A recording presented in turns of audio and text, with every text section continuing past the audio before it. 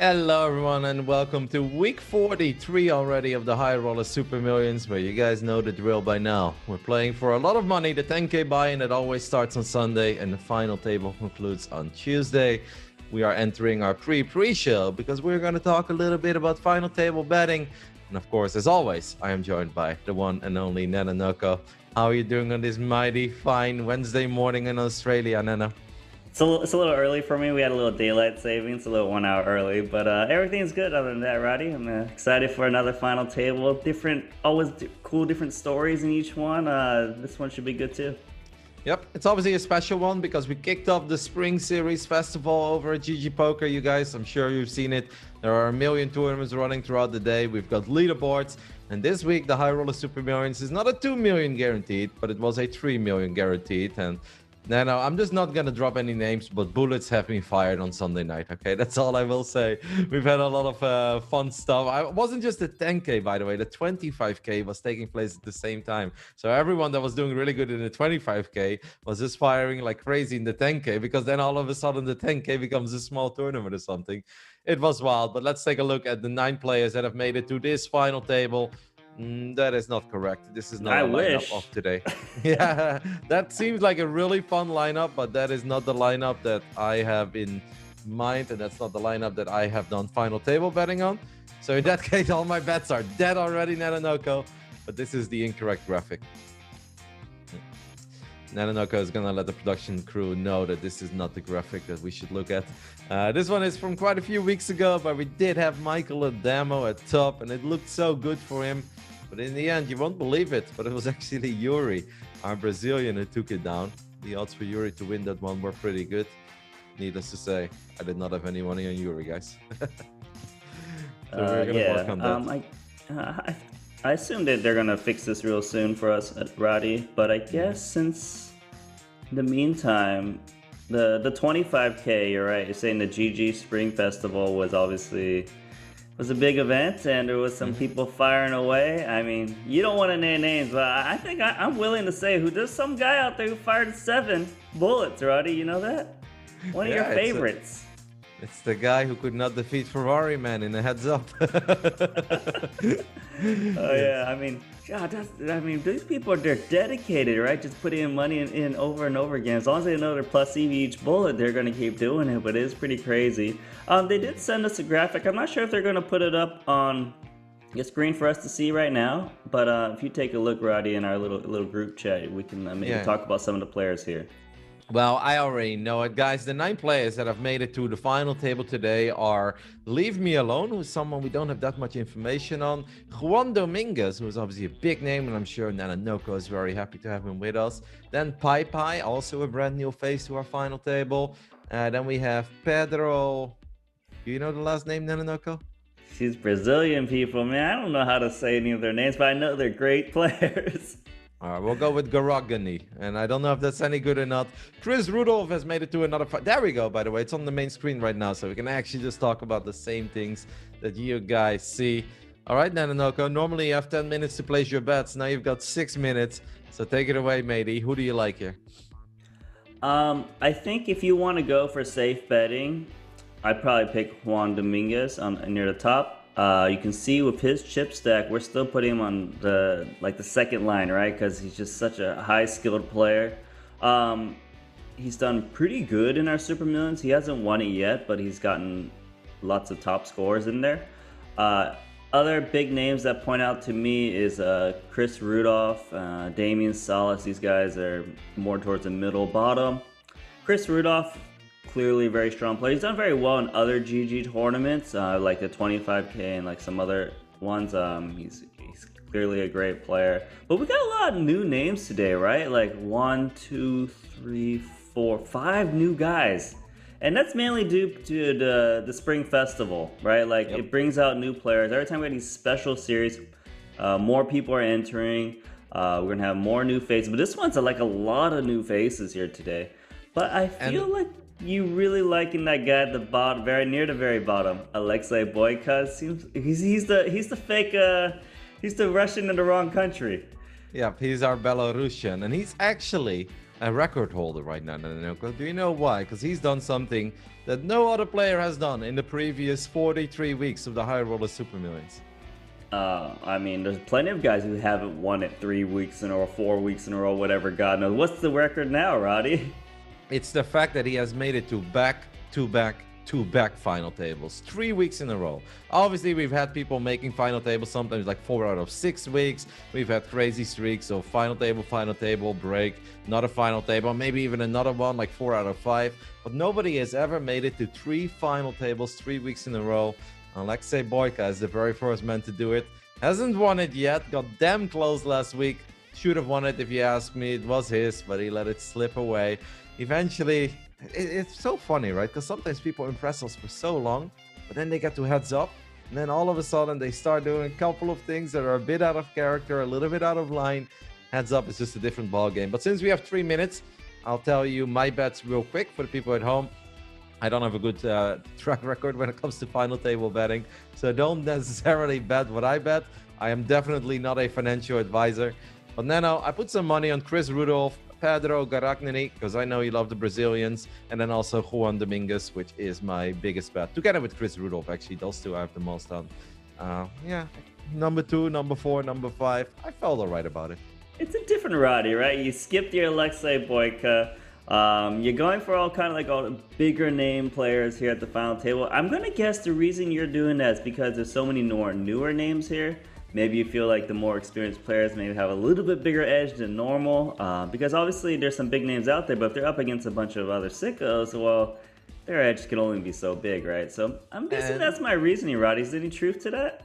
A little bit, and on top of that, we have a slightly bigger prize pool. I mean, obviously, the High Roller Super Millions is always massive, but now it's a 3 million guaranteed, which means bigger pay jumps. To someone like Juan Dominguez, I don't think he's gonna lose any sleep over it. But if this is your very first final table over 10K, let's be honest, you want pay jumps. I would want pay jumps. A lot of us would want pay jumps. So I don't think those guys are necessarily willing to really put all their chips in the middle with a couple draws, second pair. And I feel like this is kind of where someone like Juan Dominguez should be able to shine, and Chris Rudolph too, of course. Yeah.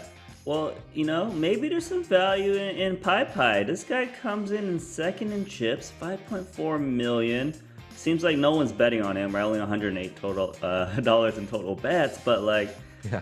Again, we see it time and time again. The unknown players are actually some very strong players. Sometimes they are actually unknown satellite winners who play very tight, but sometimes you get a little bit surprised. Obviously, since they're unknown player, you get some extra value here, 6.4 to win. Whereas Juan Dominguez, he's actually fourth in chips, it looks like, but you're not getting as good value on him today. But what about Left Me Alone? This guy's got a massive chip lead today. I know a lot of guys don't like to bet on the unknown players, but with such a big chip lead, it doesn't matter if you're unknown. I feel like you got such a big advantage, especially with these big prize pools.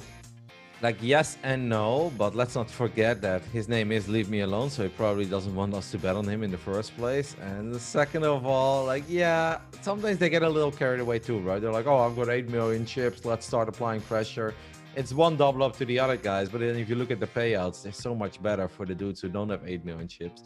There's obviously a chance he wins it, but I don't know. I also casted a final table of the Omaholics main event last Saturday.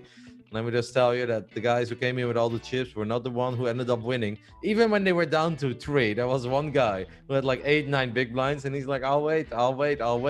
His name was Decent at Gambling. And let me tell you, Nanonoko, that man was decent at gambling because he ran it all the way up from 9 big blinds and took it down in the end. It was pretty cool. Yeah, well, sounds like some Ferrari man style, just kind of chill for the whole tournament, and like something happens in heads up where they just happen to ship it. But it's going to be interesting. Like we said, a lot of new names, so we're not going to be familiar with their plays, but they often surprise me. I'm a little bit excited about this Pedro Garagnani. I love the Brazilian players. I feel like he's probably got some talent. I don't know. They just seem to always got some moves. They just can't be tight. I don't know who's training these guys over there, but they're just reckless in Brazil. But I love it. I love it too. Well, guys, final table betting is officially closed at this point, which means we have 30 minutes to kill until we can actually talk about some live poker. And that's, of course, what we are really looking forward to, because that's always the most fun. Until that moment, Nano and I are going to talk about these 9 guys made it to the final table. We're going to take a look at their profiles. But first off, Nano Nemko, I have a question for you. Like, you already mentioned the 25K that happened last Sunday. I know you're kind of a real bird. You love following the action, love opening up the tables, even if you don't play. Did you follow the bubble of the 25K? I did not. No, I did not. Why? What happened, Roddy? An outrageous bubble. Ben CB tweeted about it too. He's like, I just had one of the craziest bubbles ever, because I think it was down to 27, where number 28 would get nothing, but top 27 would get 48K. The European is hanging in there, right, with 0.7 big blind. There is a Canadian who's hanging in there with 1 big blind. And obviously, every table has like a captain that's just kind of picking up blind after blind.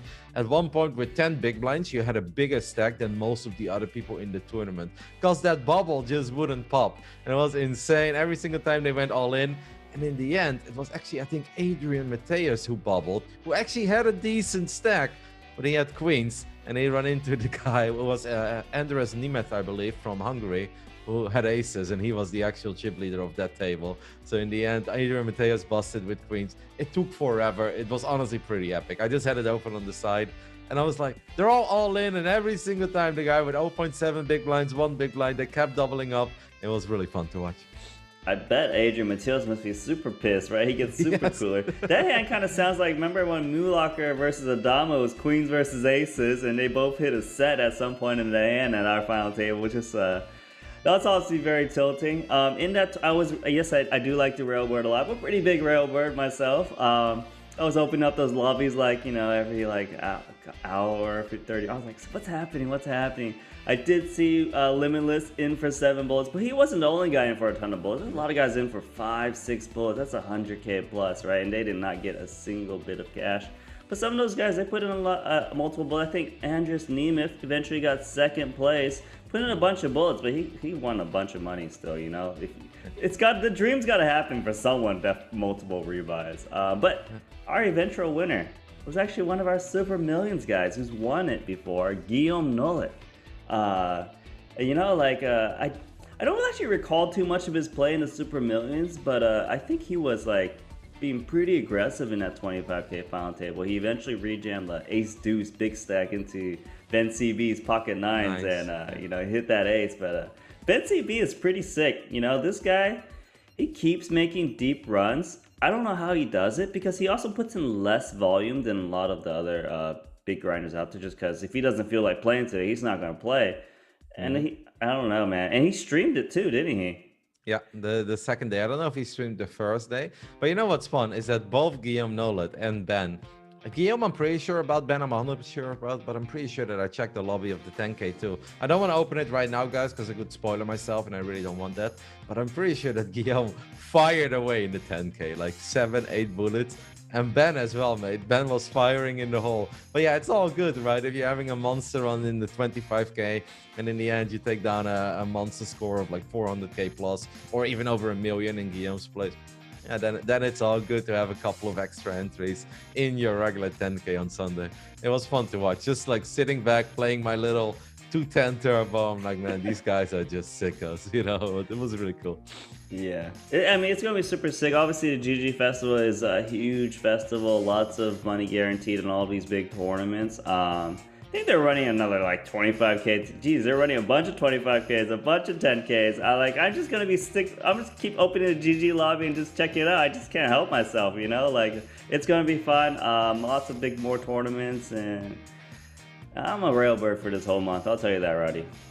Well, you're gonna have a good time, guys. We also have a free roll starting. Just head over to the free roll section in the GGPoker client. The password is super with a capital S. It should start in 10 minutes, but I don't think they do any late registration, so you have to enter within the next 10 minutes. Obviously, the admins will post it in the chat too, but we'll just give you the heads up. I put my alarm for the 3 giveaways that we have. You guys can win a couple of $5 tickets to one of the GG Spring Festival tournaments, so that's fun. Let's go ahead and get this pre-show started. Let's take a look at the beautiful profiles of these 9 guys. Because first up, our chip leader, Leave Me Alone. We don't know much about him other than the fact that Nanonoko, this man actually took down a WSOP bracelet event, the 10K short deck. All right, that sounds like a Degen tournament if I've ever seen one. Only thing that's worse than that, I think, is 5 card Omaha, but we'll talk more about that later. This man clearly knows what it takes to win a big one, and he now comes in as the chip leader tonight with over 100 big blinds. Yep, it seems like he loves short deck. He's got many wins in short deck, 10K buy-ins too, right? This guy's he's not a short deck lover that plays like $50 buy-ins. This guy's playing the highest stakes. He even won the bracelet, so clearly he's a great player in this. This is a different beast. When we add 2s, 3s, 4s, and 5s, you know, like, it's a lot harder. It's a lot different. You know, if you're still playing your short deck strategy, you might get wrecked in this. But apparently, he's coming with a ton of chips, 100 big blinds. It's a lot compared to the rest of the field. He hasn't done well in Super Millions yet, but you know, sometimes it just doesn't come yet. But today, it has to be the day. He's got such a big lead. He's almost guaranteed like what, 200-300K score minimum. I think that's gonna put him back in a much better situation here. I mean, I can't really blame the man for not doing well in the high roller Super Millions. He's probably bored out of his mind if he always plays 10K short deck Nano. Like, he's used to getting aces, kings, suited aces over and over again, and now all of a sudden he's getting the Jack Deuce offsuits and the 4-7 offsuits. He's like, I don't even play with these cards normally. Let's take a look at one of the hands that Leave Me Alone had on his journey to becoming the chip leader. As you guys can see, we have a beautiful new theme in obviously honor of the GG Spring Festival.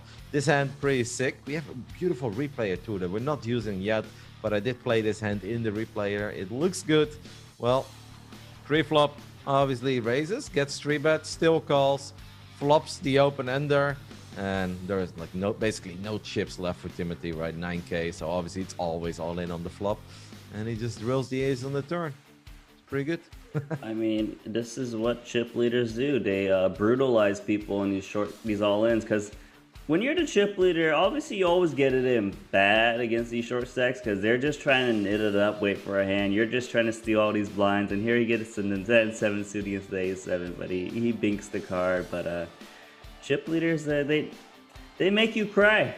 You know, you're like, oh my god, I lost to this, you know, the 10-7 suited or whatever, but obviously he wants some other hands later to build that really huge stack, because actually in this hand he only had 1 million chips, but he's got a lot more now. Yeah, now that I look at the numbers, that's actually a massive call pre-flop that he made now, which is basically the all-in, right? Because Timothy Adams only has 9K behind. But yeah, he pretty much risked like half of his stack with 10-7 suited. So what we can say is that Leave Me Alone is not afraid. I mean, in short deck, 10-7 suited is not bad, Nano. Like, you're going to flop all the draws there, couple straights, couple flushes. Obviously, this flop is massive because he doesn't just flop the open ender, but flops the 10 high flush draw too. Yeah, pretty sick. Nice hand for Leave Me Alone. It looks like a short deck gamble a little bit, right? He's just like, man, it's only 10. It's not even 10 blinds. Like, this is the easy call here. Like, how far behind can I be? And he's like, yep, hit a straight on turn, expected. And he sees the 3 on the river. Is like, oh, maybe I wasn't supposed to call. Oh well. Our production did confirm that even though Guillaume Nolet took down the 25K, the 10K went a little less good. But hey, I'm sure that he can wipe his tears with the milli he won in the 25K. So well done here by Leave Me Alone. Wasn't the big stack yet, definitely became the big stack later. Let's go ahead and take a look at the man who's chasing him, who is another very unknown face to us, Pai Pai. Apparently satellited his way into this tournament, has played 4 high roller Super Millions so far, never cashed, now comes into the final table, second in chips. And do you know how he got those chips, Netanoko? I do not, but I'm just looking at his profile here. Like, he satellited in. It wouldn't surprise me if he only satellites into this tournament, considering he's only played 4 of them. He's got $100 tournaments, $200 tournaments, so I'm not too sure what to expect from him today. Hopefully he'll surprise me. Well, let's take a look at one of the hands that Pai Pai had that absolutely helped him get to this final table, because look who he took out on the left. It is Limitless. I actually took a look at this hand too in our beautiful replayer. It was an open from our Brazilian. Pai Pai 3-bet and Limitless just jammed. And obviously that's a snap call with kings in the small blind. Unfortunate for Limitless. When I saw the replayer, I didn't know what Limitless jammed. I did know that Pai Pai had kings.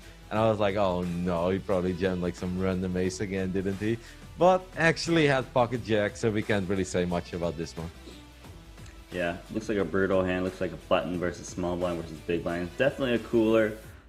Just one of one of Limitless's multiple bullets in different tournaments here for you guys to see. Yep, and I mean, I even flopped the set, but in the replayer, I did see that the king was in the window, okay? So it wasn't the ultra brutal where the jack is in the window. You're like, yeah! And then the king shows up too. You're like, oh no. Like, at least if the king is in the window, you have no hopes. Let's move on and let's take a look at the man who comes in third in chips. I put a little bit of money on this dude because we love the Brazilians at our final tables.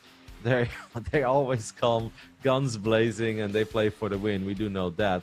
It's his very first final table. He has played in 5 high roller super millions so far. No, excuse me, it's his second final table.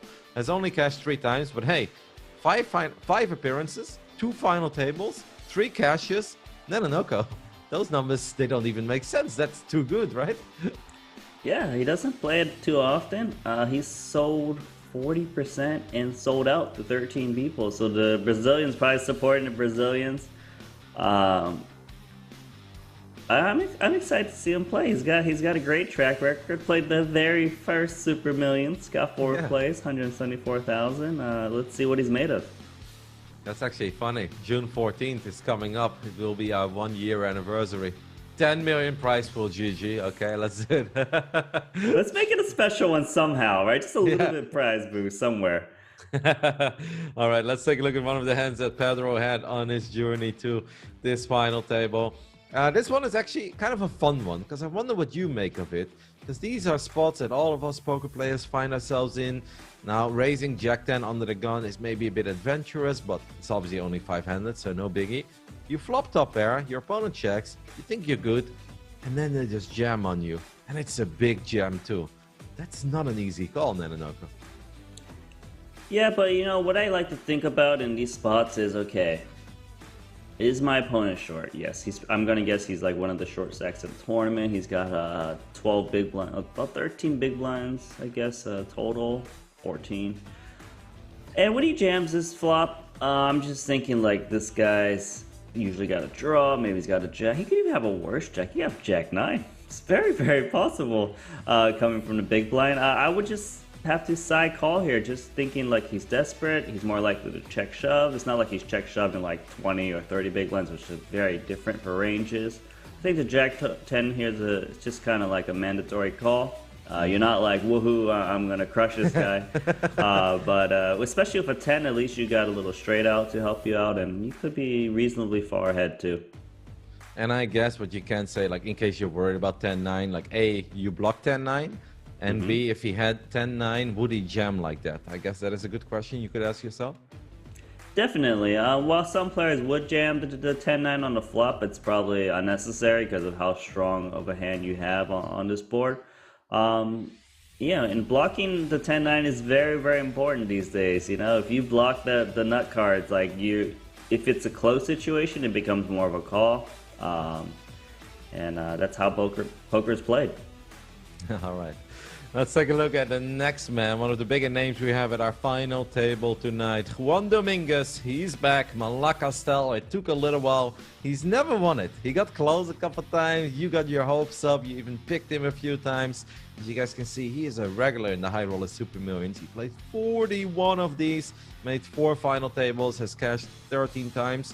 Should be profitable, unless on average he fires more than 3 times, which I can't imagine. But obviously he's looking for the big W. We know that he's capable of it. Hasn't done it yet though, Nana. 100% this guy's in the green. He's a great player. He's actually got a 3rd, a 4th, and a 5th. I kind of feel like he's not going to win it today though, Roddy. Like, he's going to get a 2nd or a 6th. You know, he's trying to get every single position. He's not quite there yet, but it's an amazing player. He actually final tabled the 25K too at the same time, right? That's pretty impressive. I forget what place he got in that tournament, but he's good, Roddy. Yeah, like he hasn't won it yet, and still a reasonably profitable player. He is real good. Let's take a look at one of the hands that he had on his journey to this final table. This one did not really help him though, because they checked it down on the river. I'll just leave you to this one now. He's playing ace-8 of clubs. What do you make of the hand? Looks like he was suspicious of our chip leader. Our chip leader did have a lot of chips in his hand, and you know he got 3-bet, and he was right. His opponent had king 9 suited to start off. Flop went check check, and he turns a little flush draw, and then his opponent bets, and of course he's got to call up the nut flush draw, and it looks like he doesn't opt to bluff the river. He thinks there's still some showdown value. It's probably true. He does beat some hands, but you know, when you're this far in a tournament, this is probably the final two tables was my guess. Yep. Yeah, you can't just always fire these bluffs. You need to be pretty confident your bluffs are going to work. Otherwise, you could be throwing away some very, very important chips. I guess this is pretty much the hand that may leave me alone, the chip leader of this tournament, right? Because imagine if he loses this and all of a sudden he's got a middling stack, and then Juan Dominguez would have been the chip leader. So the 10 of hearts on the river had a pretty big impact on how this one played out. An ace or a club, and it could have all been different. But then the odds would have been very different too when it comes to final table betting. And you guys won't be able to make any money on him. Let's take a look at our next player that has made it to this final table. Also a big name, I think, in the world of poker, Chris Rudolph, also known as What and Loss. He has played 29 high roller super millions. He's only made 2 final tables, 9 cashes. Kind of needs a good score, but we know that he's capable of it.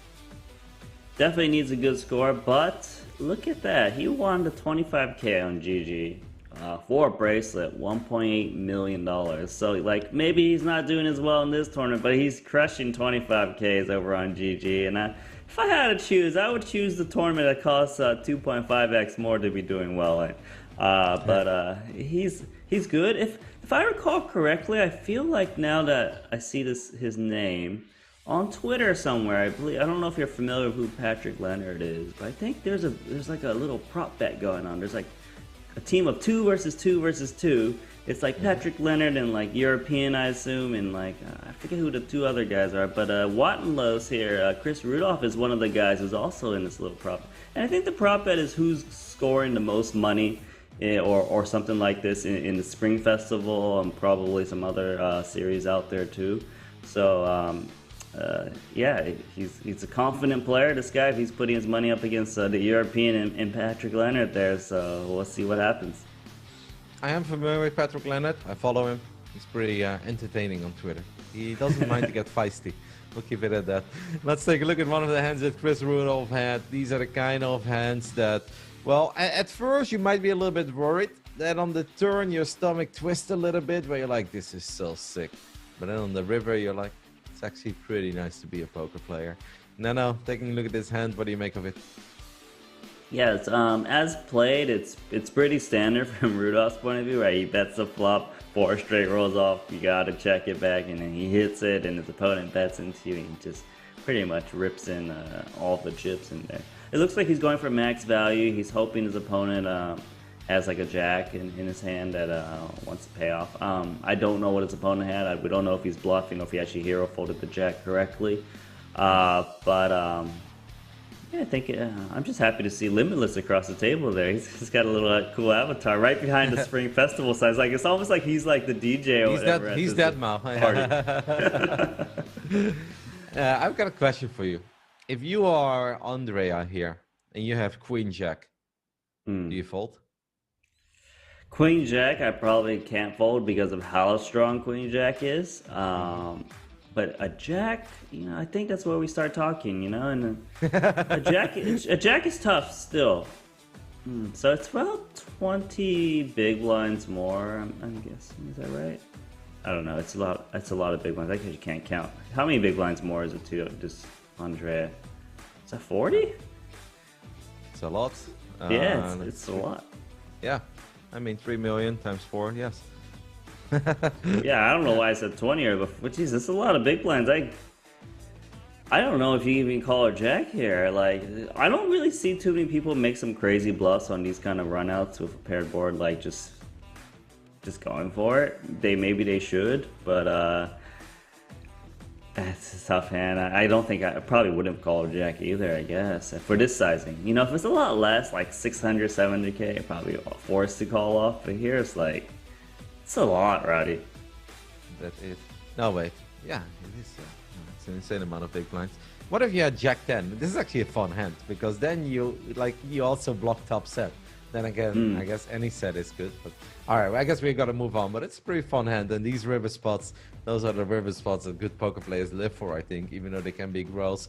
But at least the good news for Andrea is that he can now see at the high roller super millions that he probably made a good fold, Nano, because I highly doubt that he was beating the second nuts over here. So well done. Otherwise, he would have folded the nuts. Let's take a look at our next profile. A man who's actually starting to make a pretty damn good looking profile when it comes to the high roller super millions pre-show we've got going on. The winner of the WSOP hybrid main event. He has made quite a few final tables over the last 2 months, as you guys can see in the bottom right side. Well, I guess time flies. It's more like 3.5 months. But Damian Salas, he's back, and he's made a pretty good impression on us the last few times we saw him play. I can't believe how good this guy is. I mean, obviously he's a lot older than a lot of these guys that play these tournaments, right? But like, he is very, very good. I think he described himself in an interview like him not being like a professional like these other guys, but this guy plays better than a lot of the other ones. He's very talented. He's not like a standard player, like, oh, you know what he's gonna do some fuss. He's got some tricks and some moves, some cool bluffs, some cool value type hands. I really like watching him play. I would love to see him do well here today. You know, obviously a second place finish was a great score. He even could have shipped that one. Yep. One of my favorite players. He's become one of my favorite players, Roddy. I didn't know much about him. I know he final tabled way back when in the live in the live WSOP, and then he won the GG one. But he's done very well for the short amount of time he's started to play these tournaments. Yep. For a man who says he's not a poker player, he's posting amazing results that a lot of poker players would actually be very jealous of. Let's take a look at one of the hands that Damian Salas had on his journey to his third final table, where we can see obviously rivered the jack high flush. And Anoko, looking at this hand, are you okay with the call, or would you like to see him maybe even raise on the river? Yeah, let's see. So this is against Mustafa just keeps losing hands in all these hand histories. I haven't seen him at a final table yet, but Damian Salas, yeah, I think I would raise here on the river with the jack. It's a blind versus blind spot, so ranges are much wider. There's an obvious 4 straight out there, so my opponent might be side calling off with like a 5. He could have 10-9 and just feel like he's got to call off because his opponent's jamming the straight himself or something. And the stack size effective remaining behind, it doesn't seem like too much. It's like 23 big blinds behind. I feel like he should be jamming this hand. He didn't, but is it a big mistake? I'm not too sure. Is it a mistake at all? I'm not too sure. But on another note, I just remembered something, Roddy, and I think I was looking through the GG Festival thing because I can't help myself. But I think this guy, Damian Salas, got second place in the 5K also in the series. He didn't win it, but he's good at getting second place lately. And when he does want to win, he wins the ones for 1.5 million apiece. I mean, as long as you keep making final tables and you're not even a professional poker player, you're going to be pretty satisfied with how things are going. Let's take a look at our next player. We have 3 more profiles to cover before we start talking about live poker, where we now take a look at the profile of I Lock You Hard. That's a very typical... I love these usernames that a lot of poker players use, like I Lock You Hard, I've got aces, don't call, kings only, like all these kinds of usernames. Anyway, we can see that this guy won a turbo satellite for 1K to make it into the main event. This is the 4th time he's playing. His very first final table, his very first cash, comes in with 20 bigs. As we can see on the right side, normally doesn't play 10Ks, but he did play the 5K bracelet event and actually had a min cash in it, I guess it is. Yep, we obviously don't know much about him, but he made 4 day 2s in the GG Festival already, considering it hasn't been running for very long, or a very short amount of time. I'm going to guess this is just not the tournament he normally plays, but if he satellites in, he's going to go for it. So I think he's probably a pretty solid grinder, just that it's a big bind today. So maybe those very close spots become a fold today, and then, that's my read.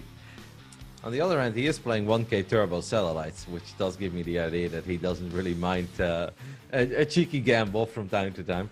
Let's take a look at one of the hands that I Lock You Hard had, and let's see if he locked anyone hard or not. Well, Sean Winter did get a little bit bamboozled with that 8 on the turn. Otherwise, this maybe is a completely different hand. But yeah, no. Kind of a funny hand because it checks on the turn. And then the river he checks again. And Sean Winter actually takes the debate, goes all in. And he calls off immediately for the last 11 bigs, I believe it is. What do you make of that? It's like the perfect hand history for his screen name, right? Because he lucked Sean Winter hard. Sean Winter needed to hit that 8 to get stacked here. And this is kind of like the most brutal way to lose the hand for Sean Winter too, right? Because the opponent is just showing so much weakness. It clearly looks like he doesn't have anything. And then you're like, all right, please call me. Please, how can I trap you? He actually checked back 2 pair thinking his opponent was so weak. And then, bam, he's got top set. It's a min raise as well, right? Just 2.0 pre-flop, checks the flop, or just like a standard C bet of, what is it, like 1.5-ish big blinds, I guess. A little more, 1.6. And then it's like, oh no, I don't have it. Like, I hate this flop, actually. I hate that ace on the flop. Sean Winter makes 2 pair. Pretty brutal for Sean. But nice for I Luck You Hard. We're looking forward to his performance tonight. That means we have 2 more players to cover. Next up is the man we actually saw fold earlier when the board paired with 7s on the river. And that is Andrea Dato. Let's take a look at his beautiful profile. That is not a... I guess Andrea can be pretty German, but Dato doesn't sound very German to me. But maybe it is. He apparently won an entry for only 1K. So I guess he satellited his way in. Played this tournament 4 times. 1 final table. And that's today. Plays big live events though, Nananoka. We can say that. Yeah, I guess he's just a Super Millions newbie. Like, there's a lot of them here today, right? Like, a lot of guys in for it, only played a couple times, haven't done any scores yet. Gonna guess he wouldn't normally play this event too, but maybe it's a GG Spring Festival. It just brings out people going for it. Yeah, I don't know him at all though. Well, he is Italian, right? 'Cause I was about to say, this is not a very German-sounding name. It's a lot, indeed, more Italian. So it seems like he is 14th on the Italy all-time money list, and I guess he mostly plays live events. But maybe for the big spring festivals and stuff like that, he maybe temporarily moves to Germany and just plays these tournaments from there. The Italian flag is not available yet. Hopefully one day, guys. Let's take a look at one of the hands that Andrea had on his journey to his very first final table, and he took out one of our favorites, an absolute household name. I do feel that some of the big poker players bully my man Arthur a little bit on Twitter. I see all those tweets coming by. I'm like, hey man, why are they doing Arthur Martirosian dirty like that? And why did Andrea did Arthur dirty like this with Queen 10 offsuit against the Kings? No, I don't know what you're talking about, these Archer tweets. You gotta tell me about it later, Roddy. Sounds like some good gossip. I like to hear about all the gossip out there. Anyways, in this hand, looks like you get punished sometimes when you 3-bet so tiny. You're trying to milk in your opponents. Andrea's like, this is such a small 3-bet. I'm gonna call up the Queen 10. You probably got like a hand like Ace King, and then he flops trip 10s, and Archer, bam, out of the tournament. Yeah. I feel like we see these hands with Arthur so often, where either he's the guy with trips or he's the guy with aces and kings. Like, this happens almost every second week now, Noko. That there is a hand like this where the board does pair on the flop and one of the players in the hand, whether it's Arthur or the villain, has an overpair. This time it was Arthur. Kings, no good. No king on the turn or river. Well, obviously not on the turn because that's when we went all in. But no king on the river either. And that means we have one more profile to cover. We got to do it quick because live poker is starting, guys, in 1 minute. Our shortest stack tonight is the man who did make history today, guys. He is the very first player to go back-to-back final tables. Last week got so close to winning it. Obviously, this week he comes in with a very short stack. But it is our Belarusian, Aliaksei Boika, who is back again. Let's just go ahead and take a look at his hand immediately, Nananoko, and then you can tell me what you think. I mean, like, how it's so easy to play. You flop the nuts, almost the nuts, right? Second nut straight. Mm-hmm. You check call when your opponent bets big. You check call again, and then you check raise all in on the river. Pretty big cooler hand, quite early in the tournament. But look, if you're betting on the bottom and you bet on this guy, great bet because the odds to win are great, and we know he always goes for it because I really remember that performance when he was just jamming on Adama over and over again, and then he eventually got caught, right? But he did, after that next final table, he got second place. Great player. Yep, Aliaksei Boika is a very fun player. I did not put any money on him today because, I mean, he does come in as a very shorty. We'll see how many big blinds he actually has to work with. And that means, guys, that now it's time. Ooh, I love this final table team, by the way. I have not done well in the spring series yet, guys, so I haven't seen this myself, but that's really cool with the little dead mouse as the DJ in the back. And looks mighty fine. This might very well be my favorite, actually. The winter one was cool too, but I love the way that this looks. Yeah, little dead mouse in the back, huh? He's just like chilling there playing some music. They should make it so that if you're actually playing this final table with these nice guys, like they're playing his soundtrack in the background. Because I believe I opened the lobby and they're playing the soundtrack of Dead Mouse. It's pretty cool. It's just pretty impressive. I was like, when I saw that, I was really amazed. I was like, wow, they Mhm. got this guy to do like involved with GG. It's just they impressed me a lot, Roddy. I mean, GG, like a little while ago, I'm a big Formula One fan. I don't know if you like racing. Then I follow Lewis Hamilton on Instagram, and all of a sudden I see Lewis playing GG Poker, and he's got his own little Lewis Hamilton avatar. And I'm like, that's actually so cool. Like, I'm obviously like, I'm pretty serious about poker. I love it, but I know that I'm still a casual and I'm just a fan of the game. But if I see guys like Lewis Hamilton at my table, that's just an awesome moment, man. That's just a wholesome experience. And I believe that Deadmau will actually be streaming some poker upcoming Saturday over at the GG Poker YouTube channel. So make sure to check that out too. It's going to be fun. That'd be real cool. I think I'm gonna have to open up the Twitch or YouTube or whatever and check that out myself.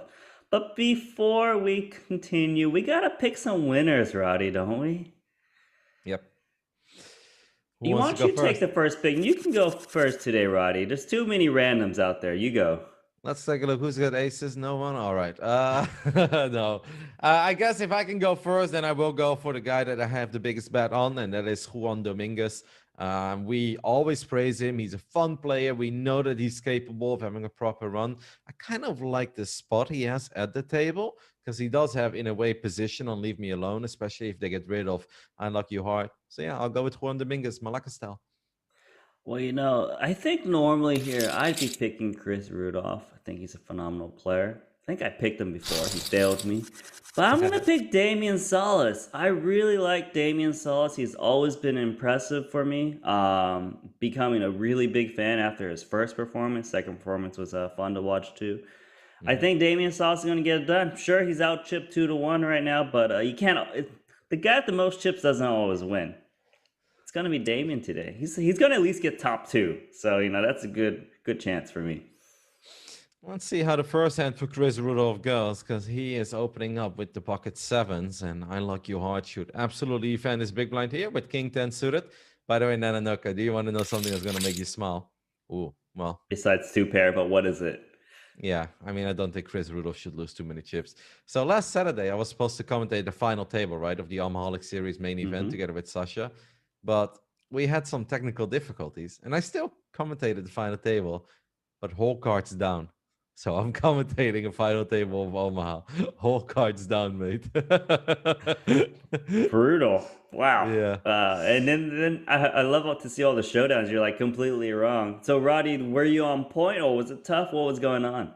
I mean, according to Sasha, I was wrong all the time, but I actually think Sasha was just, she's kind of bullying me, I don't think it was that bad. A couple of times it was pretty clear that someone had a tough spot, and I was like, I assume that he's got aces or kings here, and he's trying to make a light call because the board did pair below. I was onto something a couple of times. We had a sick hand too, by the way, ultra cooler, where I was like small blind against big blind, and it seemed like it was going to be an irrelevant pot because the flop is like deuce four or deuce deuce four, then it's like deuces four ace, and then the run out is deuce deuce four ace four with three hearts. And all of a sudden they start going ham, and it's small blind against big blind, all in, snap call, straight flush against quads. Final table of an Almanac Series main event. Small blind against big blind. Yeah, pretty sick hand.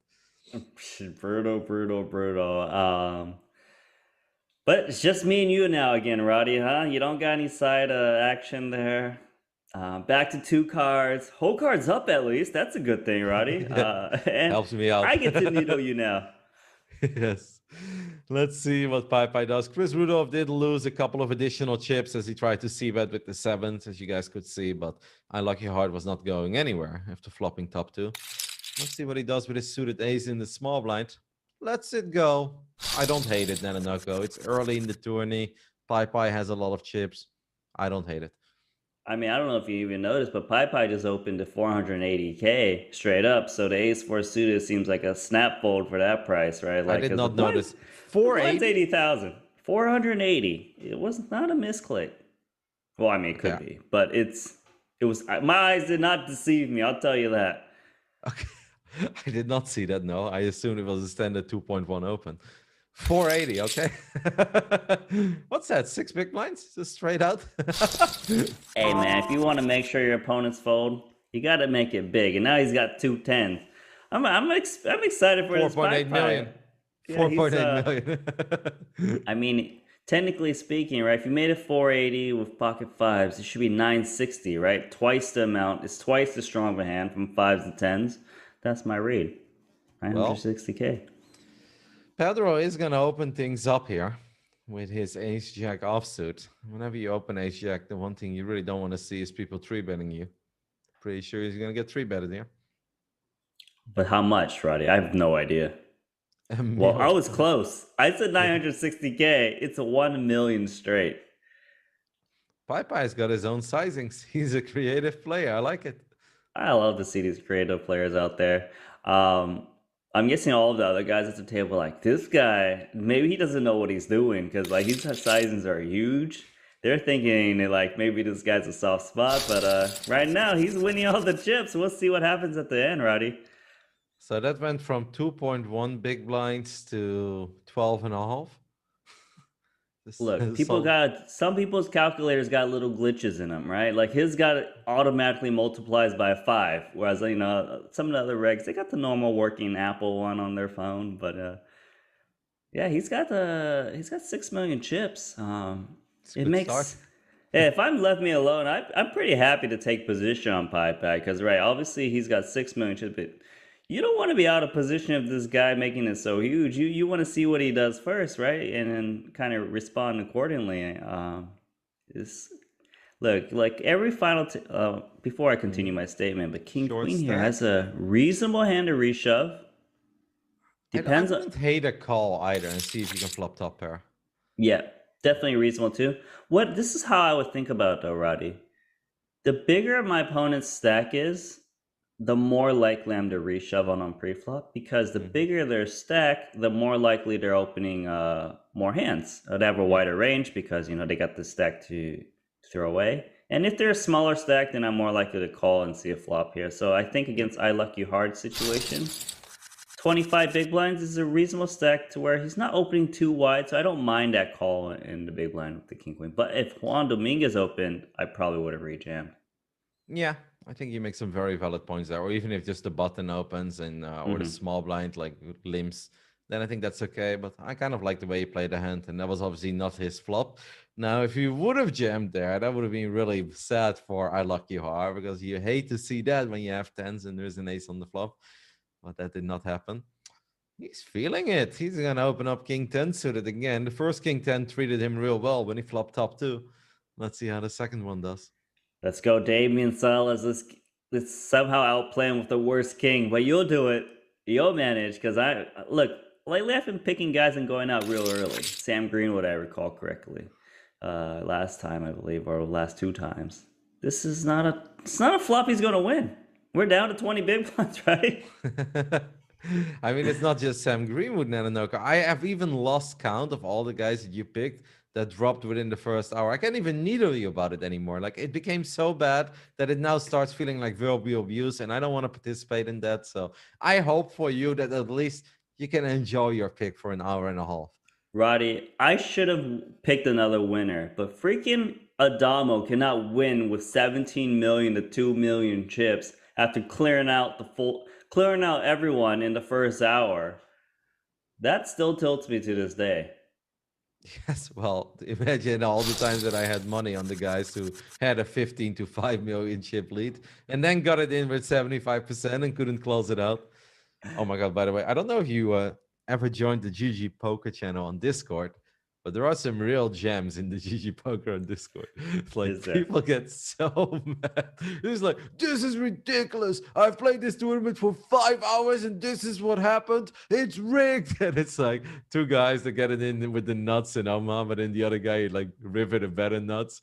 And he's like, I don't understand how this is possible. I'm like, guys, like, it's pretty possible. It happens like all the time, you know. I'm just sitting back eating popcorn, and then you've got people reporting each other. This guy called me a clown. Can we please take away his chat ability? And I'm like, come on, a clown? Like, let him call you a clown. What's the big deal, you know? That This sounds pretty hand. funny. But let's Yeah. pause there for a second. Damian Salas has 21 big blinds. Yeah, I mean, Ooh. man, that sucks for him to fold the best hand there. But if you look at the situation, two guys with 10 big blinds, he's sitting with double the stack. I don't fault him for making that fold. Just No. real annoying though, because he actually had a pretty strong holding. All right, ace seven Yeah. against ace three. It doesn't chop that much. What It are the odds on chops, that? but it's not Yeah. like the ace three versus ace four or ace five. Ace seven, holds a decent amount. It's true. Um, what do you think he does if he has a7 suited? He probably still folds, but I think if he had like ace nine, things really start to change at that point. Especially when you look at that flag too, right? Like these days, mate. When I play against when I play against Chinese players or Israeli players, I play completely different. Okay, because these guys they play a different blend of poker, and I'm adjusting. Like I take everyone serious, but the moment I see another Israeli or Chinese with 82% VPIP and they three betting me, King six suited is starting to look real good, Nananoka. That powerhouse. Yeah. Absolutely.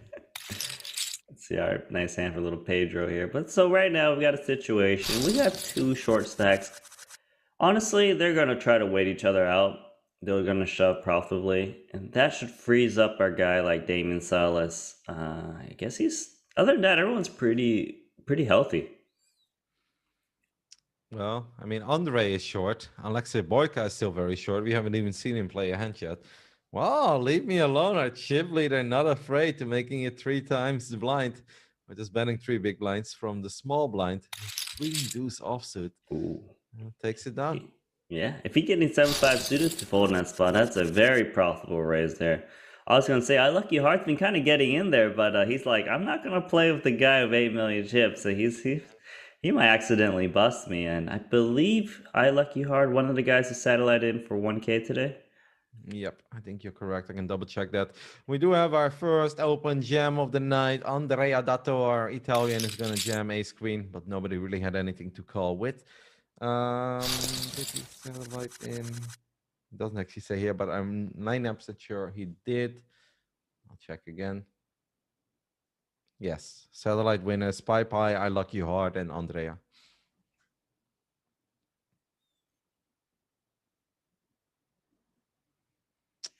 Aliaksei Boika, short as stack, has his first playable hand of the evening. Let's see a flop. Definitely not going to be shoving this spot, I'd imagine. Like, Damian Salas opening off 20 big blinds in early position. Yeah, it just wasn't happening. Tricky spot coming up. Yep. For both players. I guess Damian Salas is going to bet small here, maybe like 125, 140, something like that.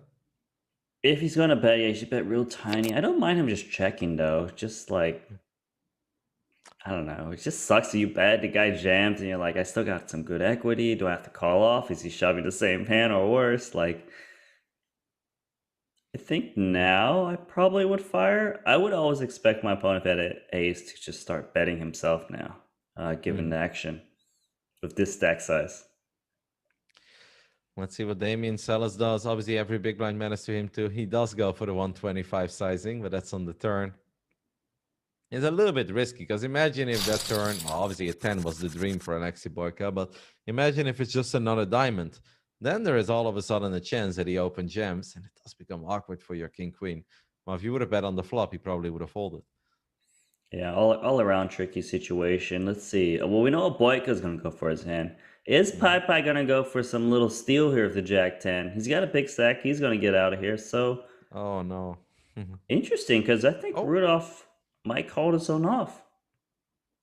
I wouldn't hate that call. I'm with you. Like it 8 gets blinds. folded all the way to the small blind, the shortest stack, less than 10 bigs. They're gonna jam a lot of random hands. It's 8 big blinds with antes. And if you lose this hand, you still got 20 big blinds. Just seems like you got a call here. And plus, this guy's desperate. He's going to jam like Well, you worse. say Even if you're up against ace five suited, you're doing well, you know, like I think you got a yep. call. It's 7 big blinds extra to play for a pot. That's going to be almost 1.5 million. So 7 big blinds to play for a pot of close to 20 bigs. The odds You're are not right. in love. Yeah. You're not in love, but you will call and then you just don't have a better queen, right? That's basically the only thing that you're hoping for. Oh, Wow. he folds. Okay. That's sick. Look, I know from a chip point of view, this is definitely a mandatory call. I'm not as strong as ICM as these other guys out here. Okay, these guys play day in and day out, so maybe that's probably why he folded. I just thought you're more likely to fold if you had like 20 big blinds to start the hand. You just get cut down to 13 if you lose. But here he had 30, you down to 20 if you lose. It's not that bad, and might be even far ahead because you do beat hands like 9-8 suited, 9-7 suited. You know, queen eights. Like these hands are going to jam too. And if you're up against like an ace five offsuit, you're actually like not that far behind too with antes. Just a little bit surprised, Roddy. I'm totally with you. I don't know if I'd like snap call, but then I probably like look at what it would cost me, look at what's in the middle, look what's extra. On top of that, look at the fact that it's Aliaksei Boika, small blind versus big blind. I think I'll just like slowly move my mouse towards that call button and then click it, you know, like let's see. But good job by Chris Rudolph, would have probably lost quite a few chips there. 100%. Not 100%, then a no-go. We just Come started on. our show. Who can I say has got a lockdown with 9 people remaining? Not no one yet. The nano curse. Ace King suited this time for our shortest stack at the table. Don't think he's going to get a whole lot of action unless the chip leader is going to open things up, and he does. And with ace-6, I would really probably nice. fold. I would probably fold here, though, right? He should fold, but is he the short deck specialist? He is. He is a short deck player. You might feel like, because he made that little. Let's make it straight. Let's make the bottom. Yeah, that happened. I was reading the GGPoker Discord. It's so funny. So it's like, can someone please explain to me why I lost this hand? And then his opponent had ace-6 and the board was 7-8-9. So obviously at the bottom of his straight, he didn't realize he was playing short deck. Like these people are it's absolutely amazing. It sounds like a comedy show in there. Like, good, I didn't know that GG had a Discord room to listen to all these people, man. Like, that's very brave because there's going to be a lot of time wasted in that room if you're one of the guys who's got to reply to these people. Well, look at our chip leader, by the way, opening up King Deuce suited under the gun. And it's actually probably going to work because why the hell would you ever defend with 9-3? Do you want to know my one contribution to the GG Discord? It is arguably the stupidest contribution anyone has ever made. But I am ultra bothered, you can't really see it, about the Austrian flag. Because the Austrian flag, the white part of the Austrian flag, goes 1 pixel line further than the 2 reds.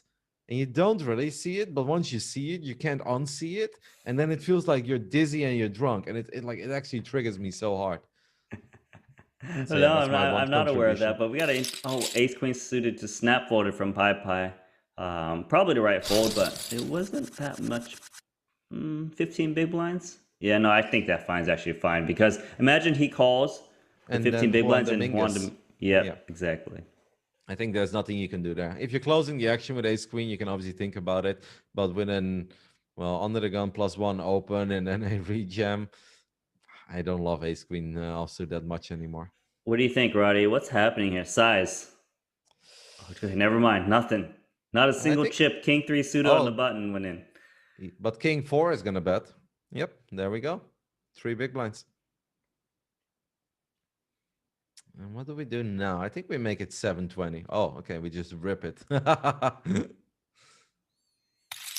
I think in this spot, I probably I understand just 3-bet jammy of ace king, just trying to protect yourself because there's some short stacks out there.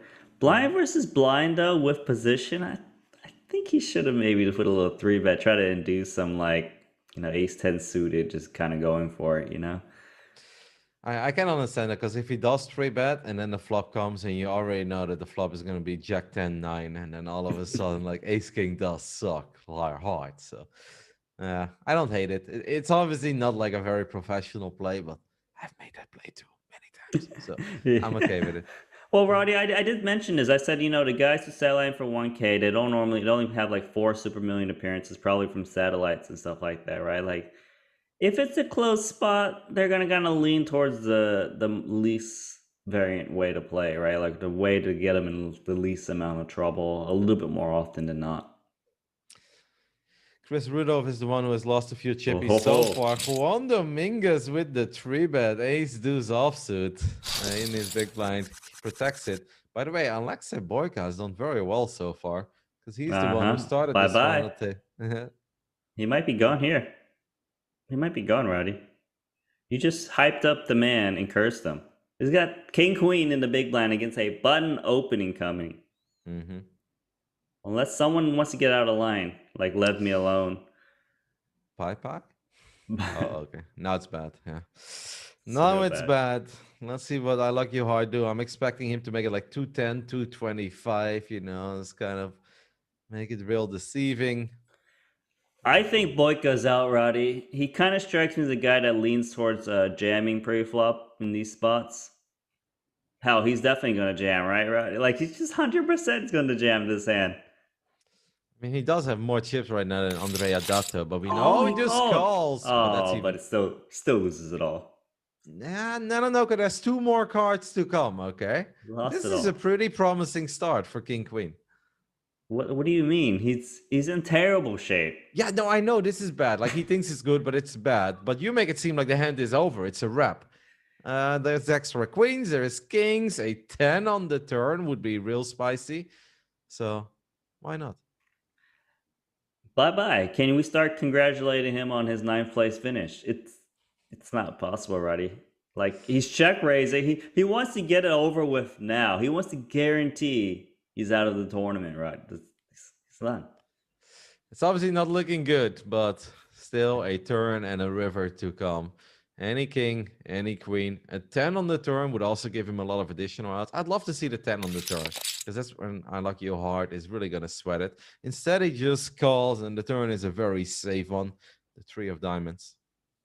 Yeah, well, obviously at this point, Boika's got to jam and lose the last 900K. Here we go.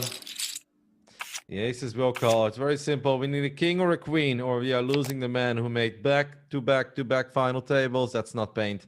So this is indeed it. This time, Nanonoko was right all along. King, queen will not get there. The aces will hold, and the aces win a monster pot. 4.3 million for our Lucky Heart. That puts him 14 chips at this point. Not bad. At least you are right about not putting some money on the Aliaksei Boika today. Out first, right away.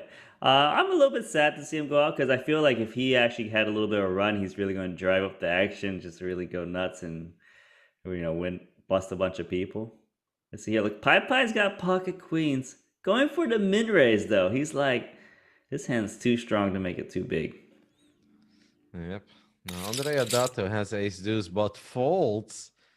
Okay. So that man wants another pay jump. He had yeah, go ahead. He had to limp in order to get Andrea Dato to see that flop there. It's funny as well, right? How Juan Dominguez 3-bets his ace deuce, and then Andrea Dato as his short stack, he just folds it. Obviously, ace deuce not great. Maybe didn't want to call because then even if you do flop an ace, there's a chance that you're still in very bad shape. Okay, what do we do with pocket eights though? Short deck call coming up, right? Because you made it 3 big blinds. You priced yourself in at this point after this jam comes in. Yep. Especially against the chip leader, there is a very good chance that he has a card below the 8. We do get the all-in. Ace-5 suited. It's kind of forced to call here. There go the 6 extra big blinds. Let's see if there are any aces in this deck. So far, there are not. Ace and an ace only, Nanonoko, or our short stack will double. It's not an ace. Trip fours would have gotten there, as they always do. Ace-5 will not good there. Well done by Andrea Dato. As you guys can hear, by the way, my alarm went off real quick. Our second free roll of the night is starting. And the password is millions with a, well, actually everything in caps. So password is millions. Just head over to the free roll section and you guys can go ahead and participate. There are $10 tickets up for grabs. So good luck, guys. 500K in the middle, pocket nines. Pi is amazing. What is this?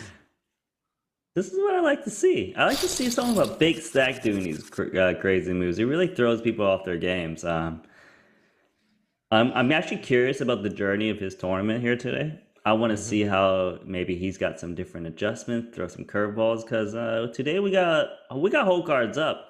So like I imagine these guys are curious to what his sizings mean and what do they do. But I assume he would adjust too, and this could be a very interesting day today with Pi Pi, I feel. Well, it's already an interesting day. When he's making it 5 big blinds under the gun with nines, Pedro does get him to fold a slightly better ace. It's like, we like creative and we like players who play different. But opening up 5 big blinds under the gun with nines, like what are you gonna do if somebody with 5 million chips jams on you? You're gonna have to fold. And then you just lost $500,000 for nothing. Yeah, that's kind of like the reason why a lot of pros don't do this move in general. Like, if you're going to make it bigger, make it a full 3 big blinds has just as strong of effect as a full 5 big blinds, you know, right? And you risk a lot less. Because the big blind, if you're trying to discourage calls, flat calling, like people aren't really flat calling 3 big blinds too much either, you know, even from the big blind, unless they got a really strong holding. I guess with the 5 big blinds on the flip side is... Oh, it doesn't matter. Ace, king, ace, queen could be quite interesting coming up. Yep, Andrea Dato just doubled up with the pocket eights. He is no longer the shortest stack at the table. He's playing 20 bigs, but especially with Juan Dominguez opening under the gun, you're like, we know that Juan Dominguez is capable of a lot of plays. Ace queen starts looking real pretty. I think this is a mandatory jam against a 40 big blind open. It's going to 3-bet. Interesting. I mean, I guess he's 3-betting to fold, Roddy. Yeah, I actually think he is. Because he does leave himself with 15 bigs behind, and that's a lot more than he had before he doubled with the eights. So. Yeah, but interesting. It's very interesting. The problem with doing this play, Roddy, is that sometimes actually you fold a coin flip, like against jacks, 10s, and 9s, ace, queen, you're chopping. There's the jam. And let's see what Andrea Dato does. 1 queen is dead, 1 king is dead. Yeah. I don't think he's gonna call. Yeah. Good fold, but that doesn't mean necessarily it's the right play. I know it's the right play in this hand in vacuum, but I can definitely see him actually folding a coin flip there, which is basically a disaster if that's stack size. Kind of feels that everyone is off to a reasonable start, other than obviously Boika is out. And our chip leader, who entered the table with 8 million chips, he's now down to 6-5. So he's been losing 15 bigs, and Chris Rudolph obviously lost a couple chips here and there too. I'm feeling bad for the top half of the table. I feel like they're the guys sitting at 1.5 million. My guy's up there, unfortunately. Is this another losing pick for me today, Roddy? I hope not. Come on, Damian. Pretty funny. Queen Jack suited against King Jack suited, but Queen Jack suited flops best. Even if Pedro c-bets here, I don't think Juan Dominguez lets it go, right? With obviously all the backdoors alive, the clubs are alive, the straight draws are alive. I think we gotta at least call 1 straight and see what the turn brings. Best hands alive too, right? Like that's definitely something to think about. Queen Jack. Gonna try to hit that clubber. The clubber is here. Pedro, I think he should bet again. I know it's not going to work, but he's got big stack sizes, a lot of fold equity.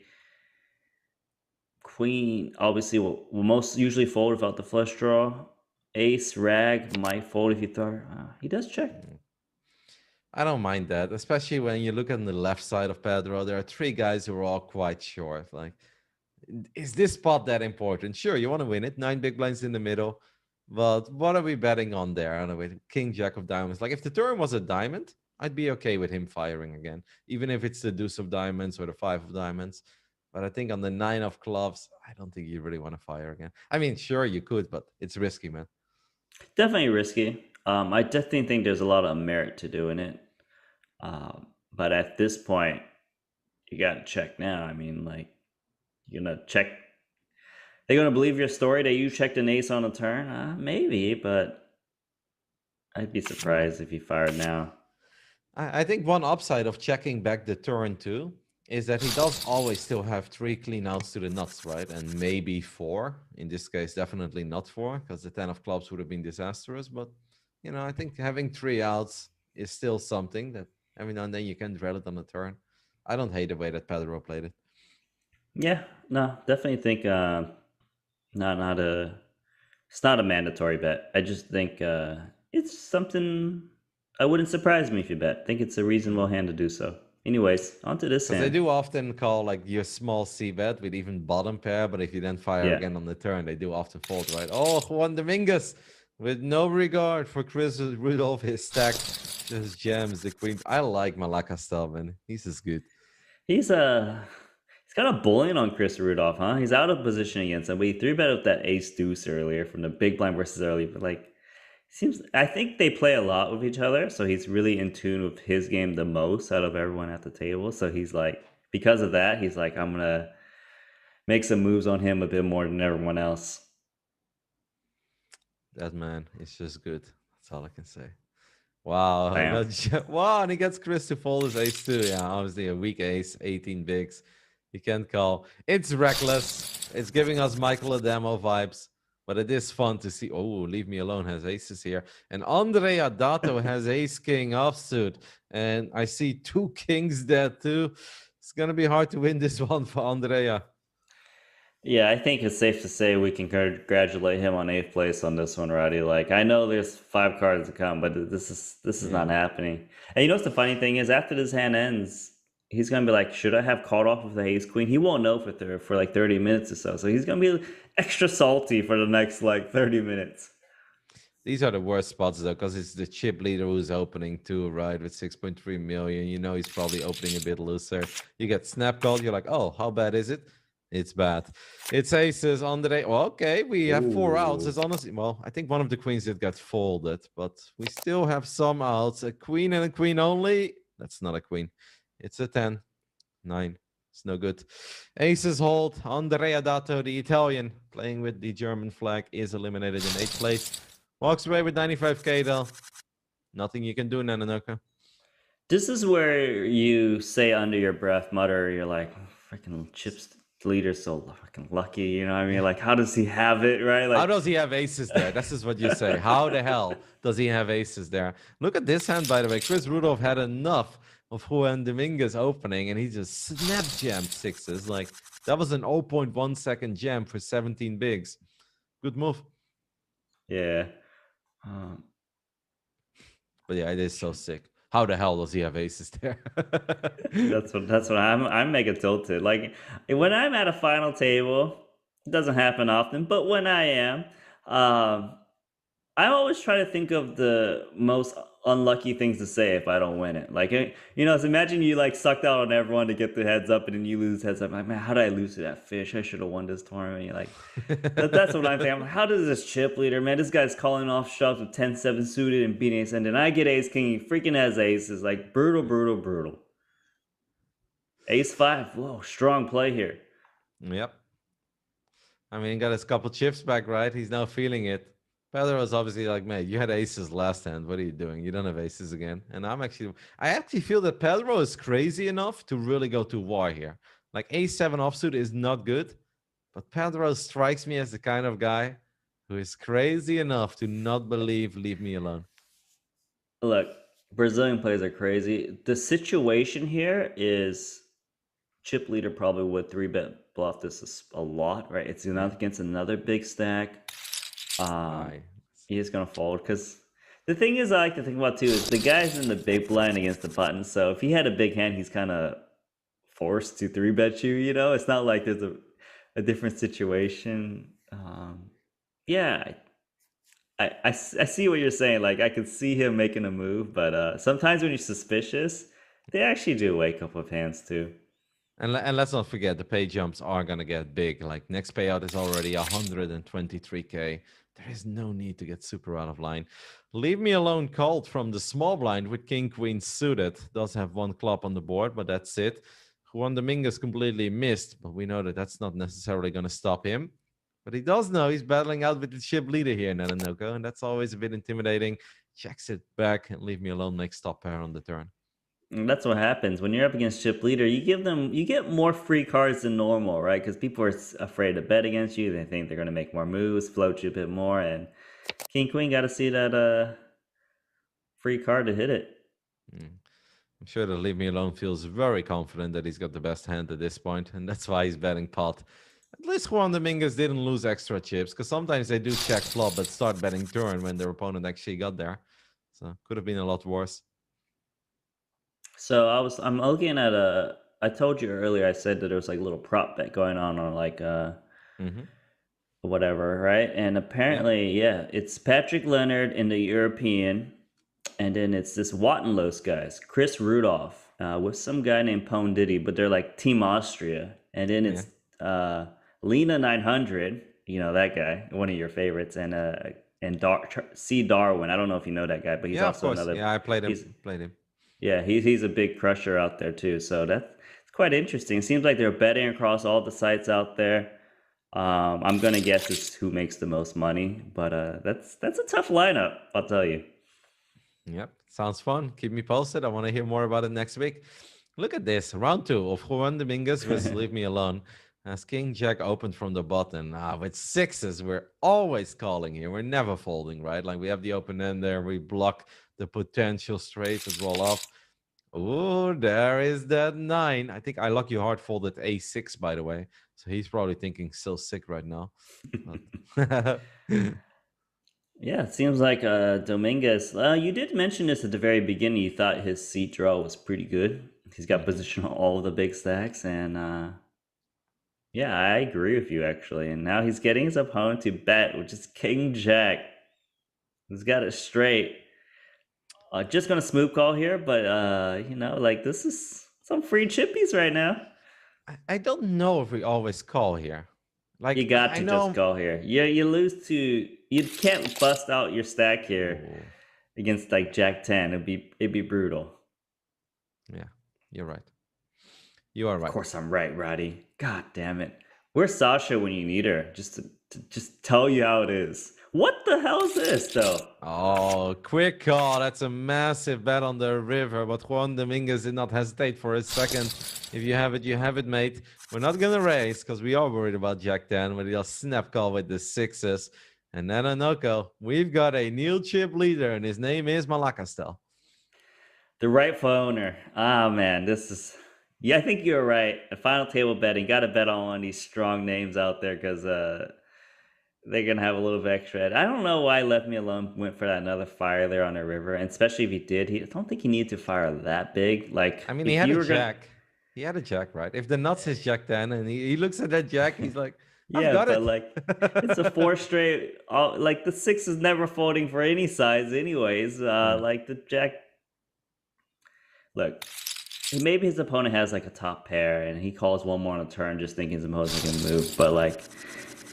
If he called you with those hands, like a top 1 pair hand, maybe some 2 pairs, like you probably only need to bet like half pot or something on the river. Don't need to bet 75% plus because those hands, they're going to start to believe you at some point. I just think it was a little reckless.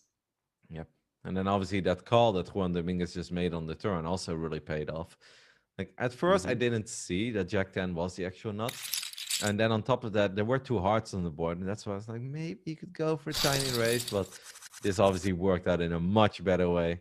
So very well done by Juan Dominguez. Chips up. There's obviously no guarantee, guys. If you have some money on Juan Dominguez, don't get too happy yet. A lot of players left. Damn it. You picked the winner again, Roddy. Congratulations. It doesn't work this early, Nananaka. You can only curse me when it's like really looking like we know that this doesn't mean anything. So it means a lot, though. It does mean a lot, but yes, of course, it means something. But there's no guarantee he's gonna win it now. Come on.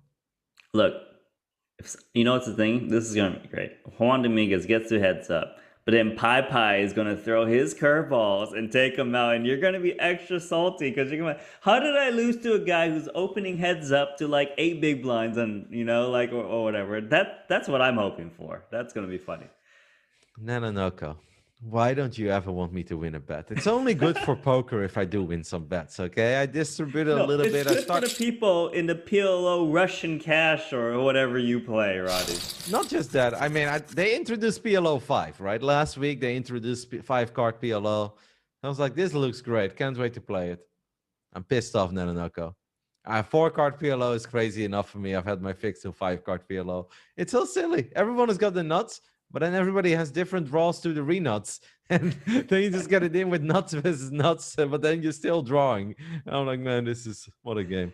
So I guess the resuck outs happen so much more. So it's like an extra tilting game, I imagine, right? Because you're like, it's super tilting. Yeah, I can imagine. Do you like it or no? If I would have run better, I probably would have really liked it. But even just yesterday, the last hand I play, 10-9 is the nuts, and I have 10-9, but I also have Queen Jack on top of it. So I had a little bit of a rep. So I was like, all right, let's get it in, baby. And this guy is using the just one time. And I'm like, well, I'm assuming that he has 10-9 too, but at least I've got a redraw to the biggest straight. We get it all in. He's got a 6-high flush draw on the turn. Bam, king of spades on the river. I'm like, what the hell is this game? Like, I'm like feeling good with my rep, the nuts and the rep. I was like, man, I'm done. But this is an interesting pot burn up. So I went check on the flop. Pot size bet from our once upon a time chip leader who thinks he's got the best hand. It's a pot size bet with Jack 9. I think he hopes his opponent has a 10 right now. And this guy's just blasting the chips away. Leave me alone. It's betting so big. Pedro makes the correct call on the river with Queen Jack. Queen kicker plays. Man, he was at 8 million after he won that hand versus the Ace King, right? But Aces against Ace King. He was back to his starting stack. He has now lost half of his stack in 3 hands. Yeah, crazy. Wow, Chris Rudolph is he just outright folded 2 sevens so fast there. And geez, look what he's up against, Ace 7. He would have won that pot, but it's Pedro now. The real name players today, they're doing good. They're doing good, Roddy. Yep. That is not a great flop for Pedro. Obviously, it's not a great flop for Juan Dominguez either, but if he does c-bet, maybe takes it down, can represent a little pocket pair. Does not c-bet. Yeah, Juan actually hasn't c-bet against some big stacks twice now. Opening up the door for his opponent to steal it. Pedro was probably quite happy taking that one down with just a single bet, because that's not the flop that he was looking for with his ace queen offsuit. Maybe like he was hovering his mouse over the fold button, and then when he saw his opponent checked, he like moved it over. Okay, you know what? Change the plans. Because usually you do expect the chip leader to c-bet a ton. Mm-hmm. Pretty fun first hour, Nano. Big change in the chip stacks, right? Often when we have 1 hour of poker, the big stacks, they kind of hover around the same, or they even increase their lead a little bit, and we lose 1 or 2 shorties. I feel like we've seen some pretty big moves. And that's once again, final table betting. You said like, oh, the guy had 8 million chips. Well, only 4.3 million left after 45 minutes of poker. We got Pai here. Not 500,000. It's 600,000 chips in the middle. Bam. Look, Pai, he doesn't play many hands, but when he does, he plays them strongly. Very strong. That's a good way to put it. You know, it reminds me, have you ever been to the 7 Luck Casino in Seoul, South Korea? No, I don't know where that one's at, but 7 Luck, no idea. Yeah. What about? It's in the Coex Mall. I don't know if you're familiar with Seoul or not, but I had one night there where I drank a few too many rum and cokes, and I was basically raising every pot like Pai is doing. I was playing a cash game though, but people would be like, all right, $12, and I'd be like, 72, you know, it's just nonsense all night long. But nobody called me, and it was a very memorable night because my friend was playing with me too. And he's like, you're being such an idiot. Stop it. And I was like, come on, man, it's fun, you know. All right, Queen 8 against Queen Jack. Queen 8 does flop best. I gotta say, leave me alone is also not getting very fortunate. Hopefully he just lets this one go, and he does.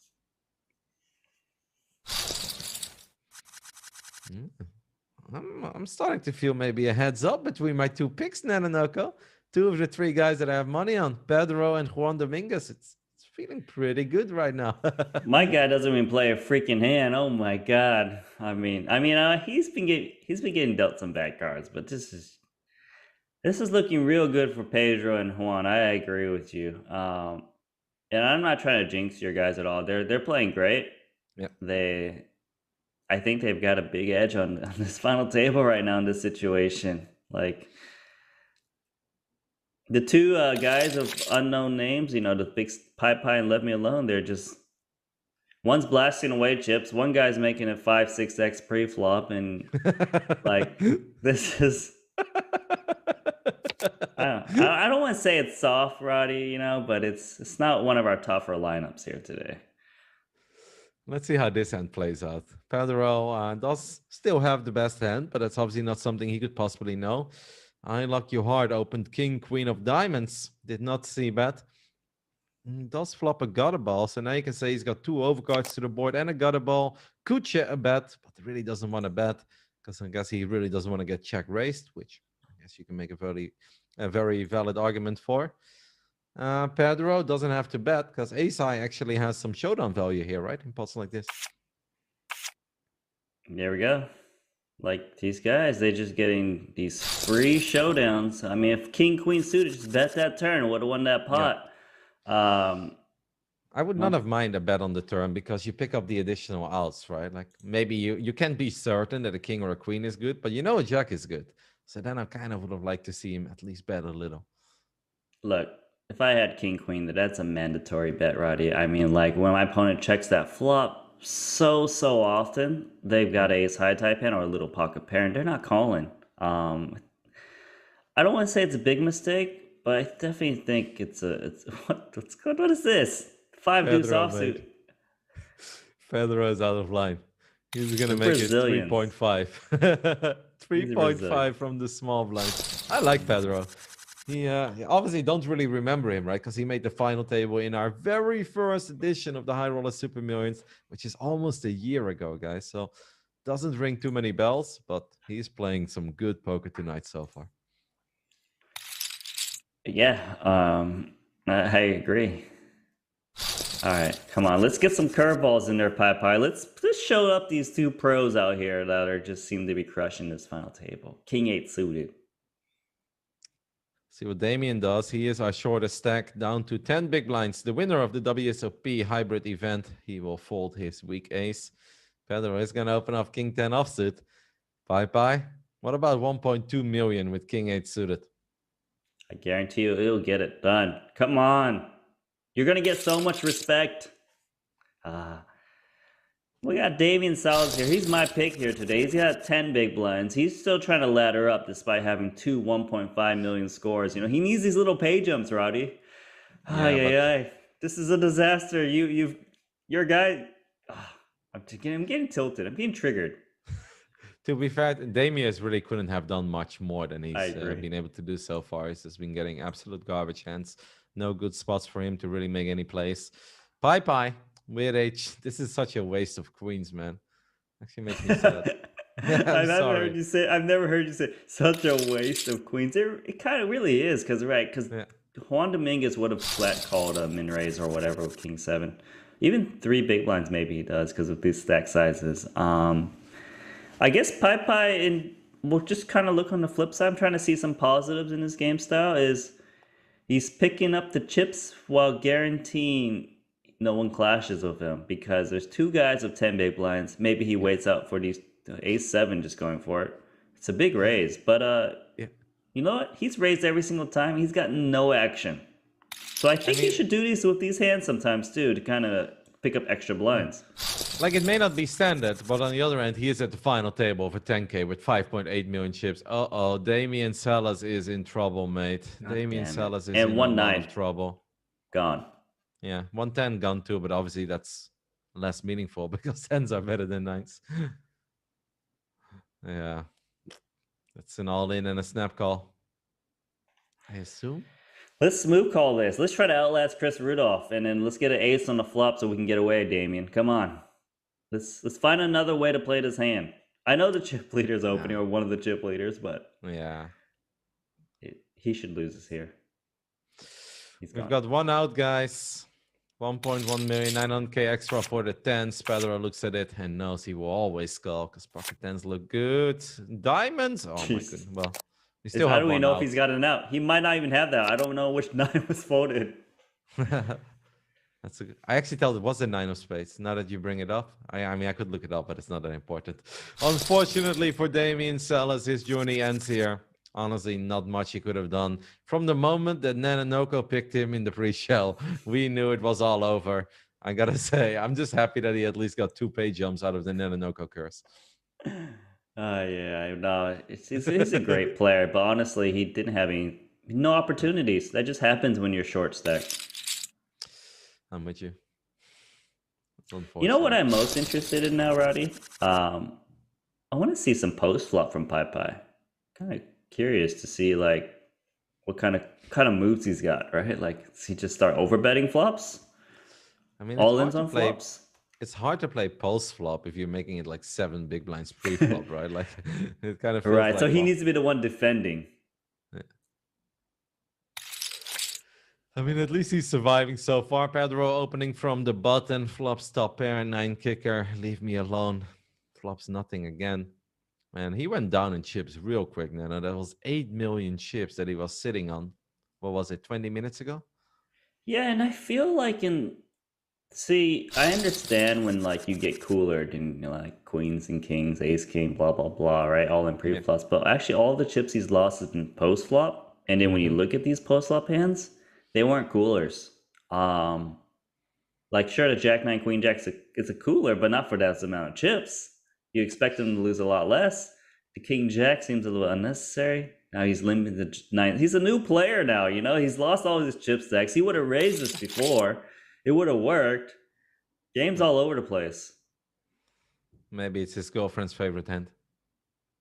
You told me this one the other week, didn't you? I remember you said there was some guy who had a line for everything. Where was this at? Where, I forget. In Commerce Casino, LA. Super fun guy. His name was Jesus. He's the most fun poker player that I've ever played poker with. Like he would also be the guy where he's like, he would open, and then if somebody would call, he'd be like, ay, chips! Like, even though the cards didn't come out yet. And like, some people would probably find it annoying, but he just cracked me up all night long. I thought it was the funniest dude. No, that would crack me up for sure. I'm going to guess like the chip runner, right? He's on mega tilt because he keeps running over. This guy doesn't need any chips at all. No. But he would do it with everything because he would play garbage, but he'd also do it with aces. He's like, chips. He's like, yeah. He's like, all right, aces. Some people got upset. All right, we have 8s opening. I Luck You Hard is playing a little over 20 bigs, 23, and he's got King Jack suited on the button. I think he's getting a little sick of Pedro winning pot after pot. I think he should jam. He shouldn't jam. The reason is, seems a little risky with this stack size. Chris Rudolph short. This play is pretty cool. I do like the 3-bet. I also like smooth calling. If I had a choice, I'd lean towards calling him King Jack suited a bit more because it's just so playable post flop. Yeah. And I would probably 3-bet the King Jack offsuit a bit more because it's not as playable. You know what would be sick here if Pedro jams though, because I think Pedro will also know that I Luck You Hard probably doesn't want to bust before Chris Rudolph. On the other end, he also thinks that I Luck You Hard is probably very strong because he doesn't want to bust before Chris Rudolph. So I'm with you. I do kind of like the 3-bet. Well done by I Luck You Hard. Yeah. No, great play for sure. Like he's the guy who he satellite for 1K, but when we looked at his scores, you can tell he grinds like all the 500s, 300s, 1Ks pretty well. I like this. Wow. I actually like this. And it's not because he has deuce 3 on the big blind. I just like it that Chris, he just paid the blinds. And he knows that if he ever wants to have a proper run in this tourney, you don't want to go down to like 4 or 5 big blinds, right? Because then even if you double, it's pointless. I really like the jam with Queen 7. I really want to see this hand. Like, what are you thinking? Size. You got to tell me. 1.3 million. All in, actually. All in. I think we're jamming. It's quite interesting. Yeah, he's just ripping it in. How did you know? You in touch with Pai Pai, aren't you, Roddy? You're understanding him now. My guy. All right, guys, that was our first hour of poker of week 43 of the High Roller Super Millions. We will be back in 4 minutes and 45 seconds. If you're watching on Facebook or Twitch, make sure to head over to ggpoker.tv or just go to YouTube and type in GGPoker because that's where we will be broadcasting the rest of the show. Thank you for tuning in. We'll see you soon. Hello, everybody. Daniel Granu here with some good news from the GG Poker Network. We've been preparing a promotion for the new year called GG Care. As any poker player might know, sometimes you find yourself in what we call unfortunate situations, you know, some ugly bad beats, right? Well, that's where GG Care comes in. GG Care will take care of you with huge prize pools available every day. Let's see how you can get your GG Care benefits.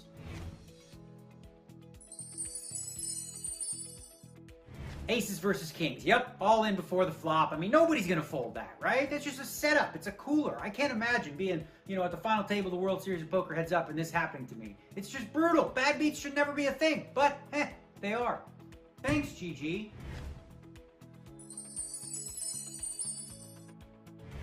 I flopped the top set. Very nice. Some fucking idiot chases a runner straight to suck out on me. Unbelievable. But in my darkest moment, GG Care was there. Thanks, GG. Flop the second nut set, the middle set on the flop. It's an impossible cooler. How can you be beat there? The guy has top set. Nobody's folding that. Sometimes it just feels unfair. Thanks, GG. As you can see, in the most unfortunate of situations, GG Care will appear for you. Are you curious how to get these benefits? Don't worry, you don't even have to lift a finger. First, simply enjoy the game as usual. Whenever something unfortunate happens, GG Care will be there. Secondly, when confronted with such circumstances, GG Care automatically will register you into a flip-out tournament with a huge prize. Just check the pop-up window. Thirdly, take a rest, have yourself a nap, get yourself a good night's sleep, clear your mind of all the bad beats, and when you wake up, the daily GG Care prizes will be waiting for you.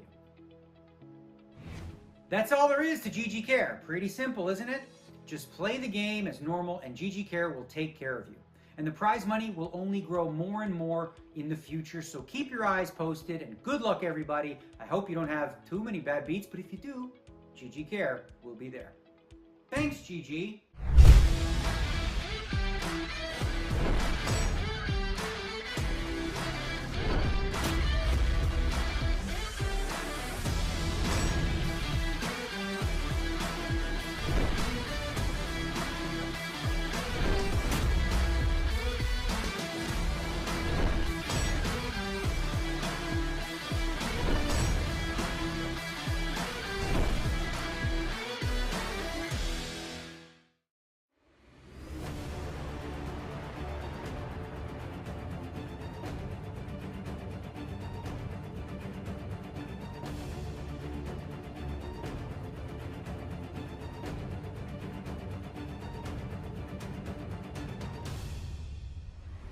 Elkie was waiting to come back to the final table. Fedor holds stings. Oh my God. Michael Adamo is the best.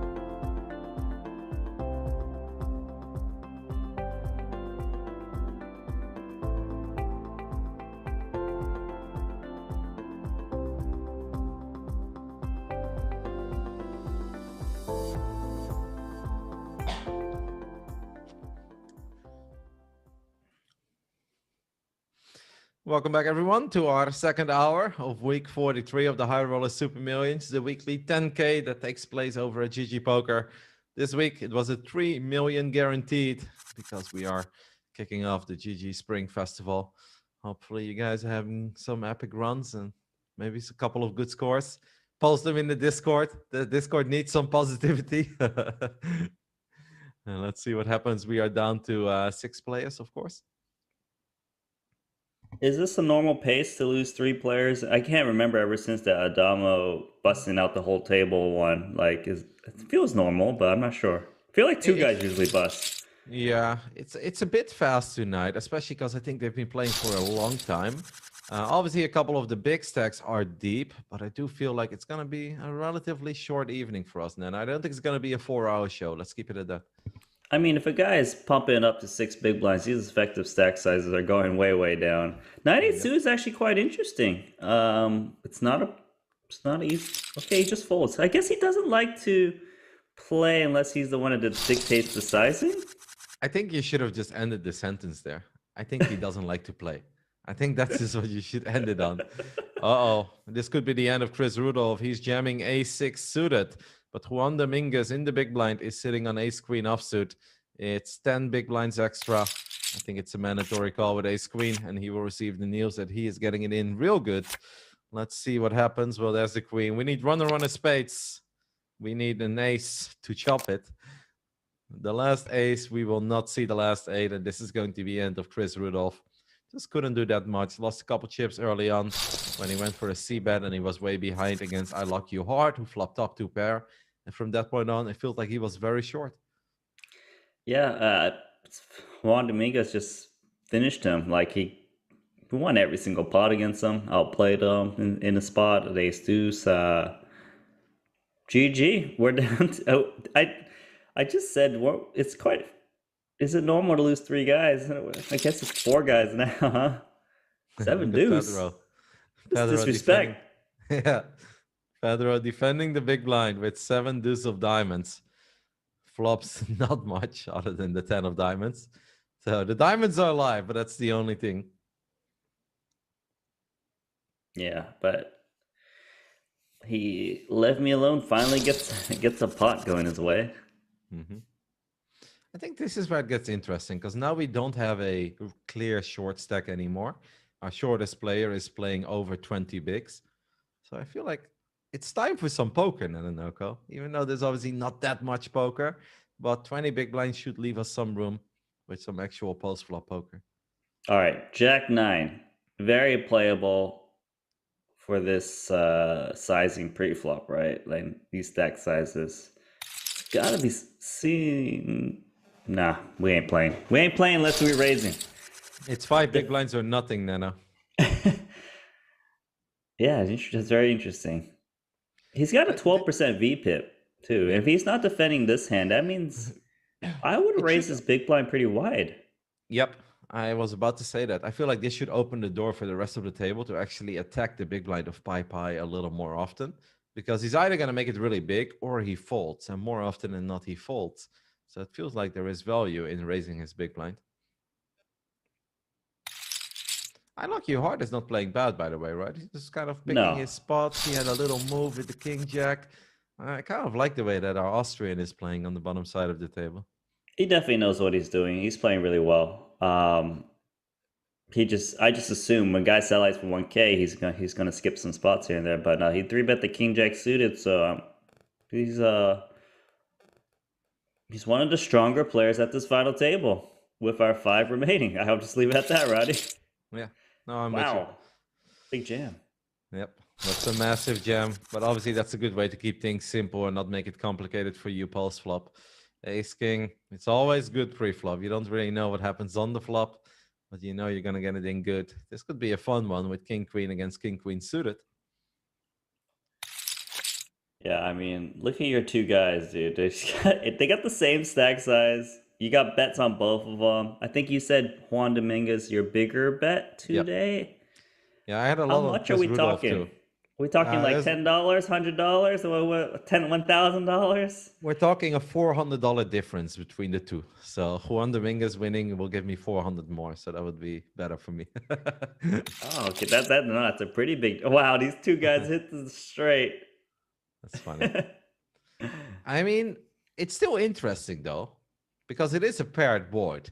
and they are both ultra deep. So this is the kind of hand, Nana, that could still be very fun. Yeah, they both want value, but I think in the end it's just gonna be like check call, check call, check Yeah. call for Juan Dominguez. Like, especially against this sizing. Like, can you imagine him get raising, gets jammed out? He's like, what the hell? This guy's got a boat or something? And yeah, it's just gonna chop it up. I don't think anyone's gonna fold the best hand at any point.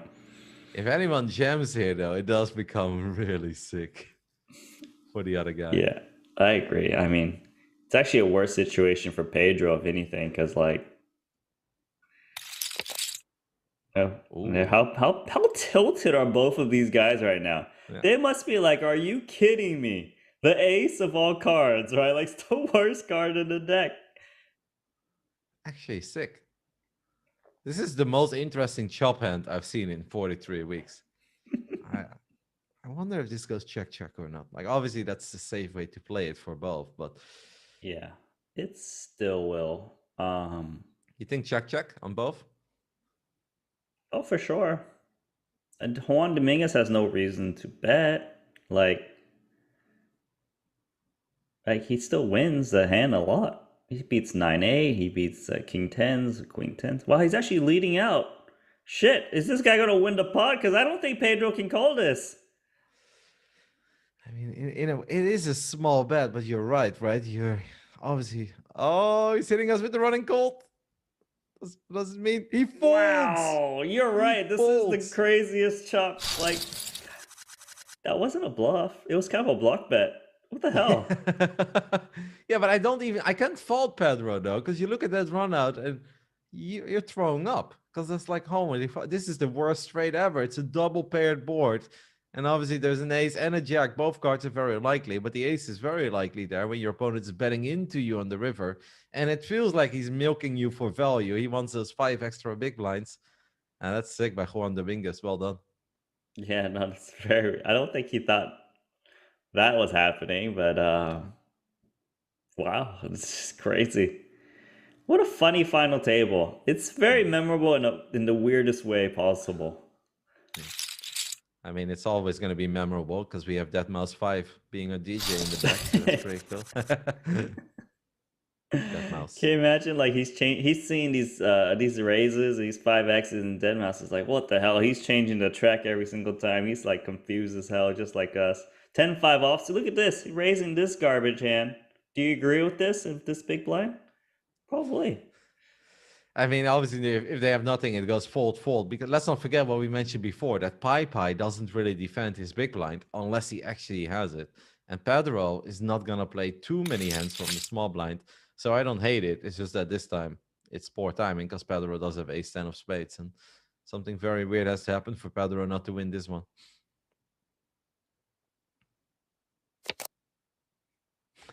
His hand just keeps getting better.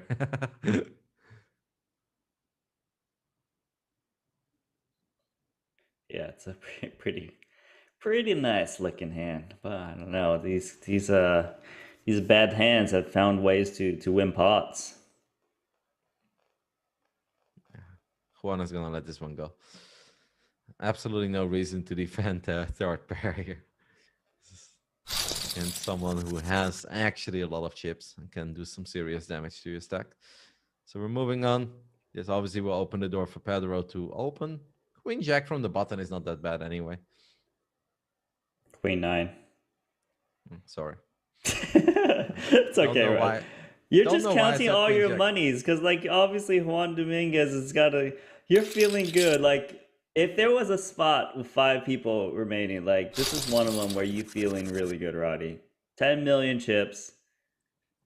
Other players all over the place. And you got a good backup guy, right? Pedro with 8 million. Like, it's looking real good, but I would really prefer a victory of Juan Dominguez because that's a pretty big difference. Yeah, but you're winning no matter what. That's true. I guess the question is, are you gonna win our little battle, right? Like who wins the final table? But like, it's a good day for Roddy. You've been doing well in these this year. 2021 is your year for the Super Millions, in my opinion.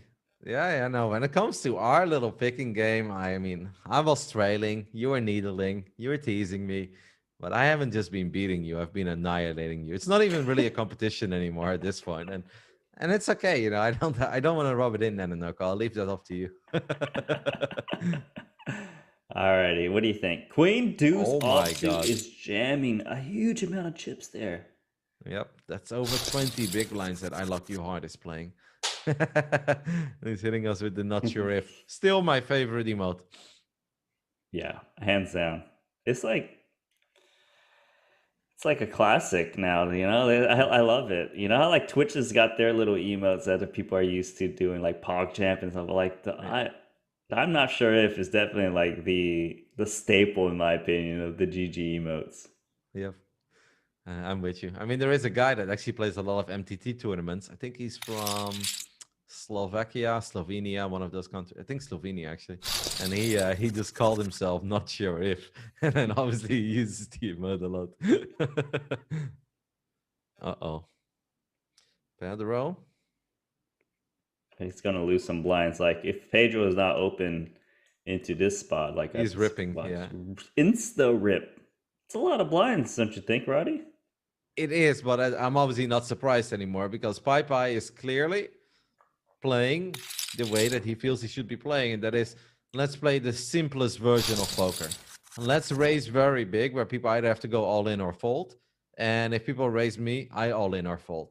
And in a way, I can't even fault him for it because he still has a good stack. Like, how many chips did he enter the final table with?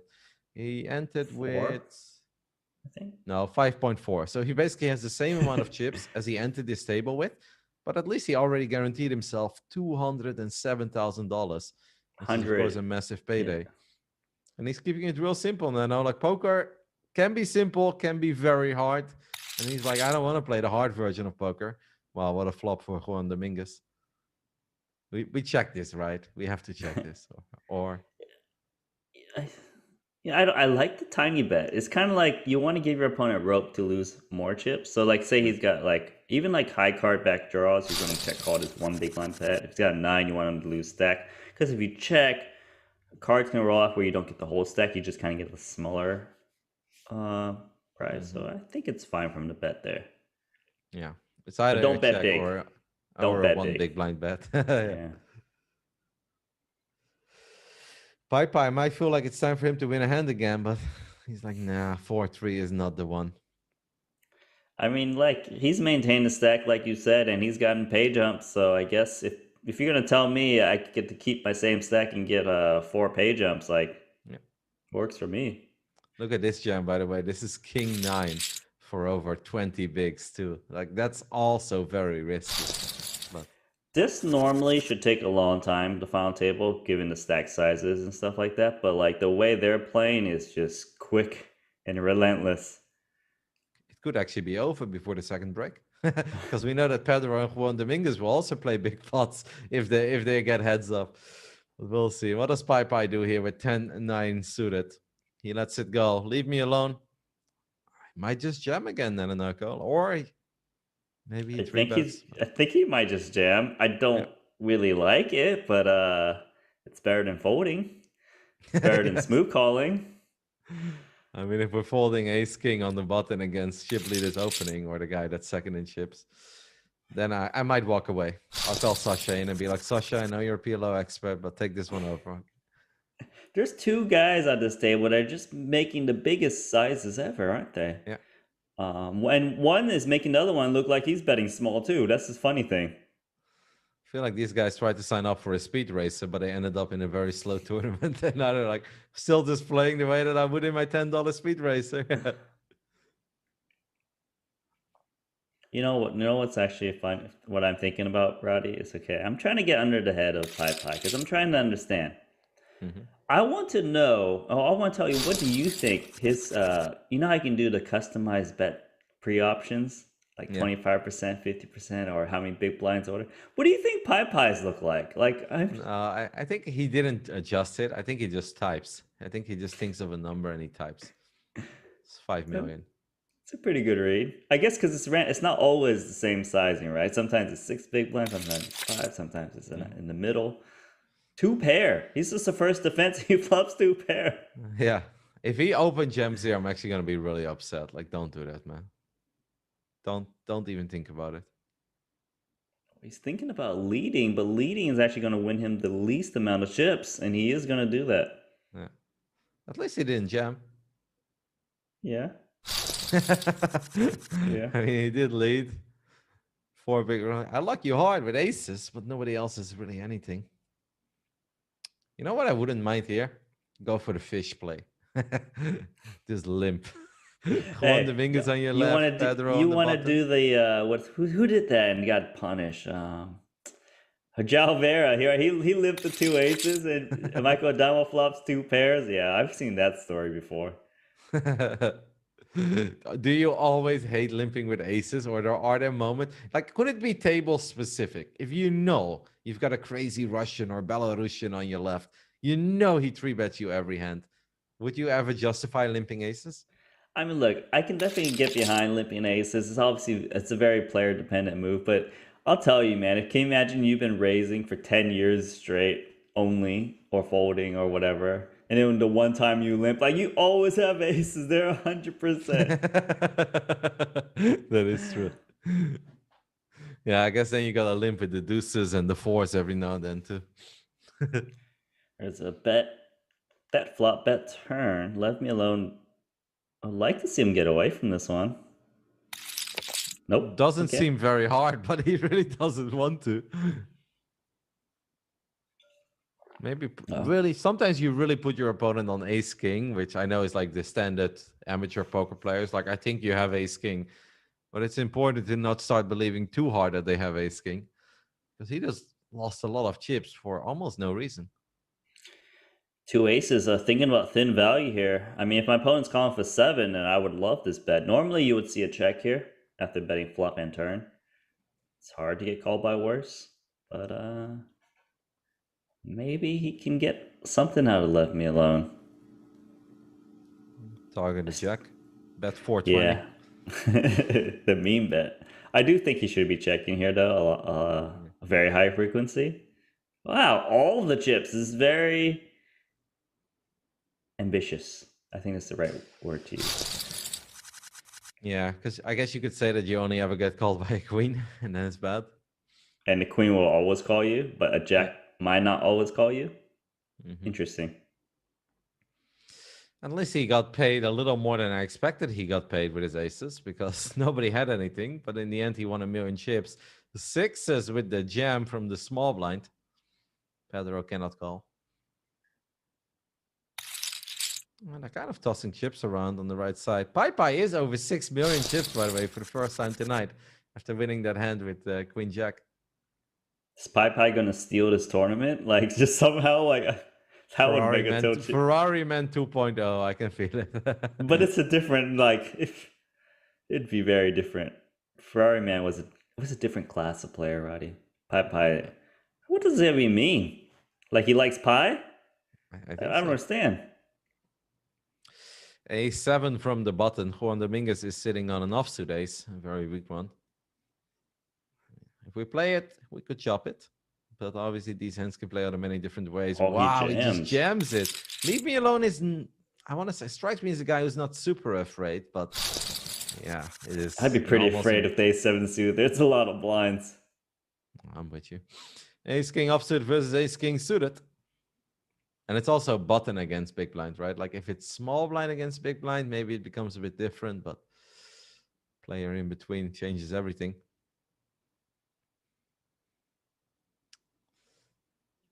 We know at least a couple hearts are dead.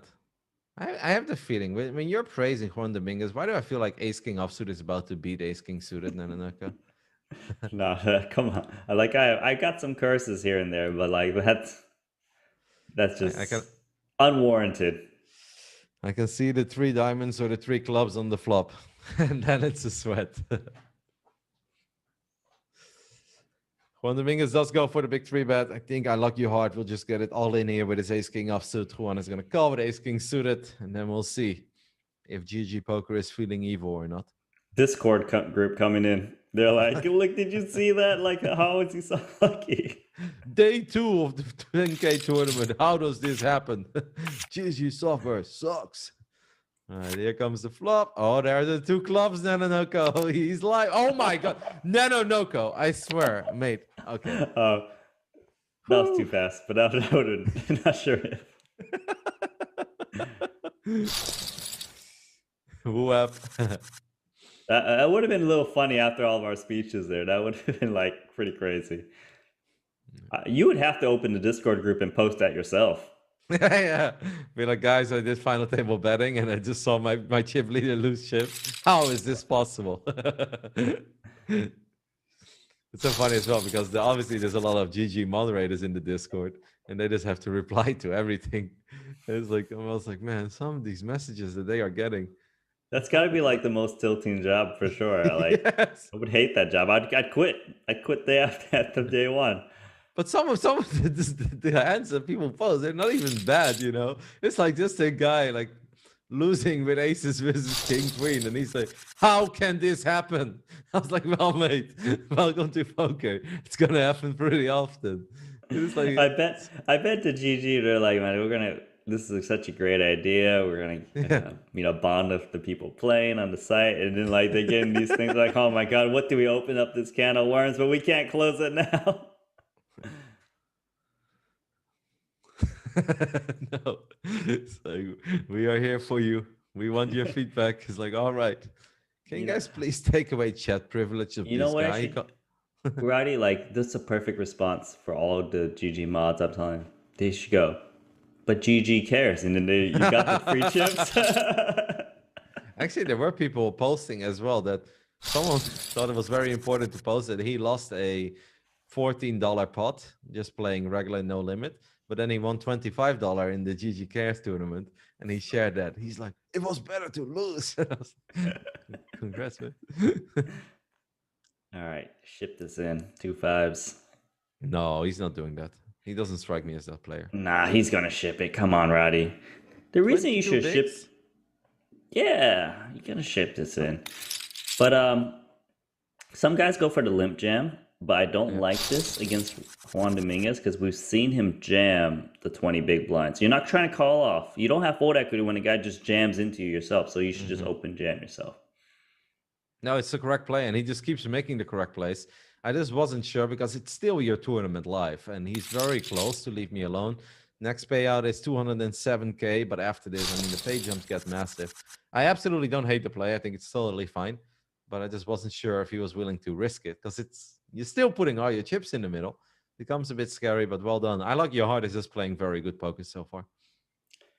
Even if he gets it in bad, with that screen name, his equity goes up by like 30%. So, yeah. Now, even attacking the big blind of Pi Pi. Treaters, suited connectors. Let's it go. I figured it out.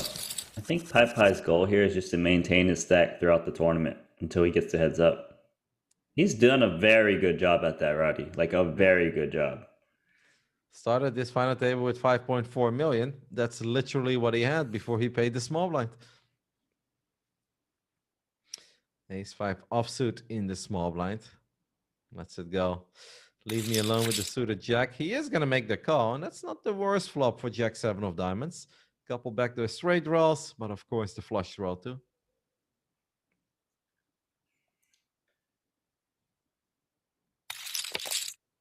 Oh, flush, and Juan Dominguez has got the queen of diamonds, so he might feel like he can bet again. He's got some overcard action too. This is some bad news for him. Yep, it is bad news unless there is another diamond on the river. Best case scenario for Juan is that he checks here, but obviously he doesn't know that though. He bets big. I think leave me alone. Should probably jam here, right? Oh, he makes the call. Oh, I like it. Fine too. Yeah, it's probably even better.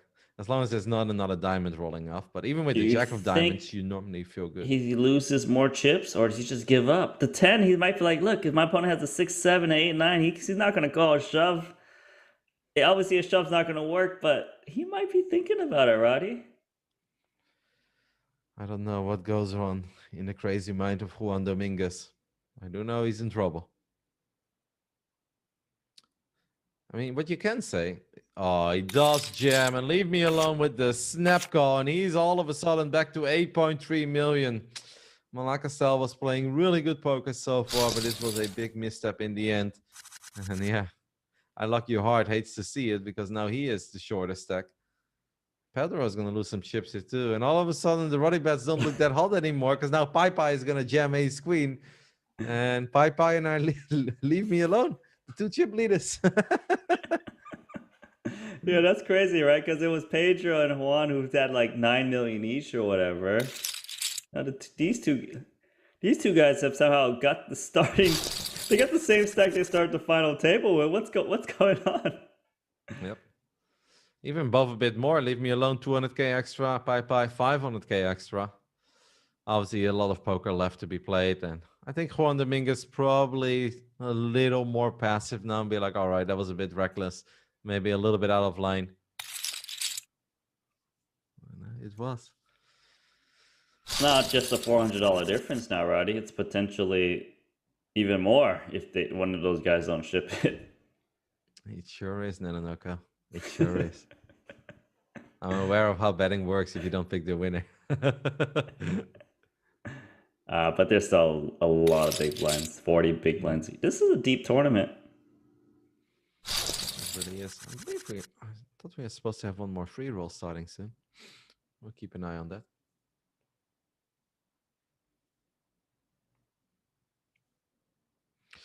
Ace queen is going to open up. I once again, even though I didn't put any final table betting on, I luck you hard, and he is our shortest stack. He actually made a very memorable impression on me. Like if we cast him again, I'll be like, oh, last time he was good. And imagine if he comes into the table as chip leader, then he could maybe even show us even more. But I really like the way that he plays. Wow, Queen Pedro tossing his chips away too now. Yep. I mean, what are we playing? 27 bigs behind or something like that. We're gonna get it all in. Pedro realized that he chose a very poor moment to 3-bet the queen deuce suited. That's a big one, man. Now he's above 5 million too. Look how even everything is. 5.2. The shortest stack is 5.2 million, which is over 30 big blinds, and our biggest stack is 8.3. I don't even know what happened. Like we've evened out the stacks like perfectly almost.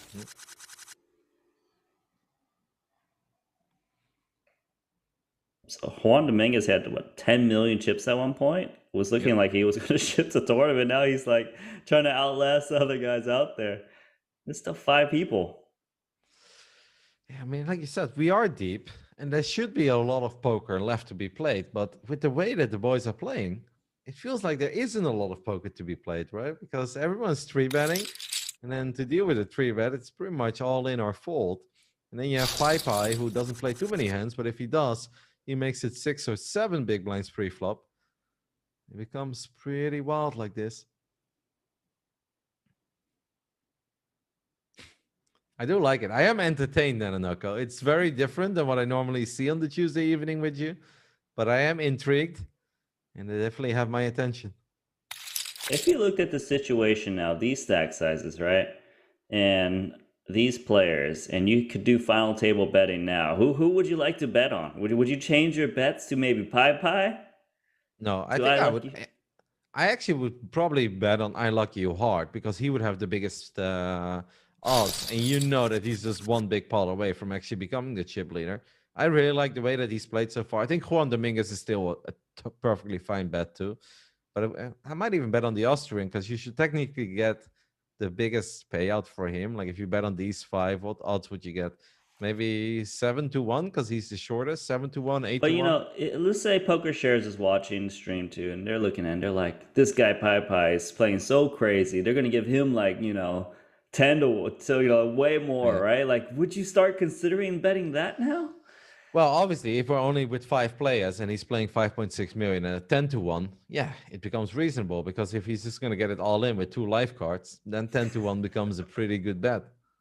Well, it's not really 2 live cards because he always gets in really, wow, Queen 5 offsuit. It's almost like Did he not learn his lesson with the queen deuce suited earlier? Just keep pressing it, but it should work this time, I imagine. But like, he's to some garbage hands, Roddy. Like Yeah. really bad. I don't know if it's a lack of patience or if he's just sick and tired of I luck you hard chipping up and being like, all right, last time you had it, but I highly doubt you have it over and over again. Now, I luck you hard does have a good hand that is perhaps somewhat similar to the Ben CB powerhouse, but you don't want to do it here. It would be way too risky. It'd be super out of line if you do run into kings or aces.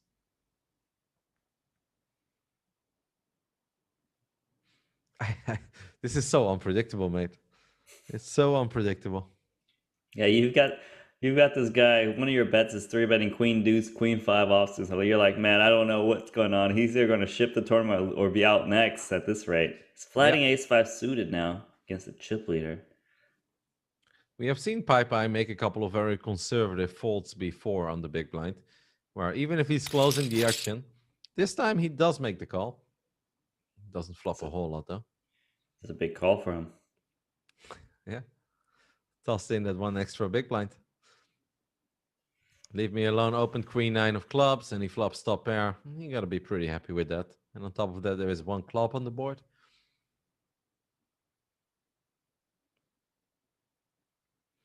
Takes it down, another mil. Over 9 million. He's like, hey, we're back, baby. We're back where we started. It's pretty good. And more. Ooh. Well, I was gonna say the 3 should be giving these 8s some action, but never mind. Pai all in, I think. Fold or all in? I can't fold this. That'll be stupid, Roddy. Like it's 2 8s. It's gonna at least see a flop. It's gonna at least see a flop, right? He hates calling. You saw how torn he was to call the ace with the ace 5. Yeah. He's like, every fiber in my body is telling me to fold. I know I'm gonna flop nothing. Roddy, the definition of a wild card. The definition of a wild card, Nanonoko. Let's keep it at that. Would you say he's like the most wild card player you've seen in a while? Yes. I think that's pretty fair. I like the way Romashka was playing a lot more. Like Romashka was crazy. It was 6. What's going on? Hey, I'm confused. This is not a tournament for me to commentate, Roddy. I'm gonna watch the show, get some popcorn. Noko's getting a little triggered here. I mean, I obviously don't mind the big stack attacking the shorter stack, small blind against big blind, but I think we could have done it with a bit less. Then again, they do often defend if they're closing the action, so he just wanted to put his chips to work. I don't think that's the craziest play we've seen. All right, nice. Ace queen, raise or jam? No, we're not open jamming. I think we're making it okay. We are open jamming. That's actually, it becomes hard for Juan Dominguez, man. He folds ace queen suited. Yeah, but can you blame him, Nanonoko? Can you blame him? I mean, he didn't even think about it. Because, he's watching the stream. Obviously, he's like, this guy's playing tight. So that's why he made the fold. But still, it's ace queen suited for 20-something big blinds. 27, close to 30 it was. It was less because he obviously picked up some chips in the last hand. While Jack's just open jam. This is a strong hand, Roddy. Yes, I know. I know it's a strong hand, Nanonoko.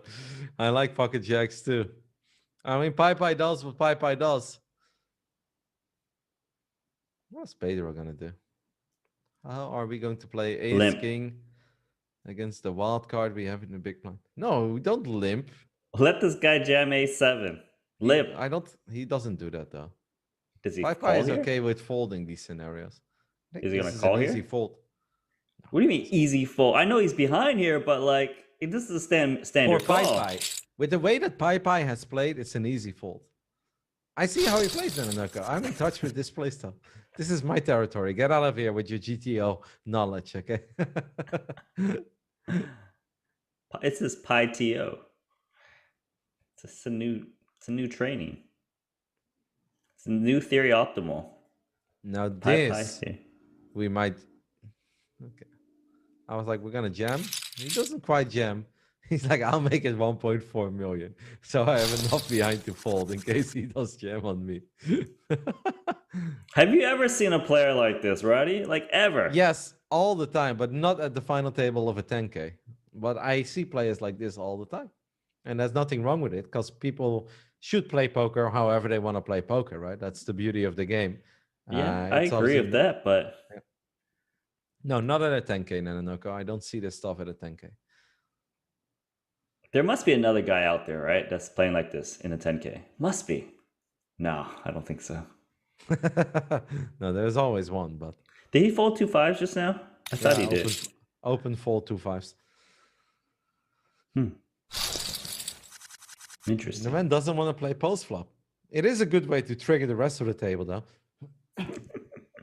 That is I shared this story with you once already, but a long time ago, I was playing a little turbo in the Holland Casino in Rotterdam. And then I got heads up with like a guy that's kind of like the local poker veteran.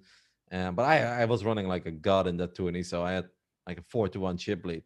And he's like, so do you know how to play heads up? Do you ever play heads up? You know, he tried to like make it, oh, he's got all the experience.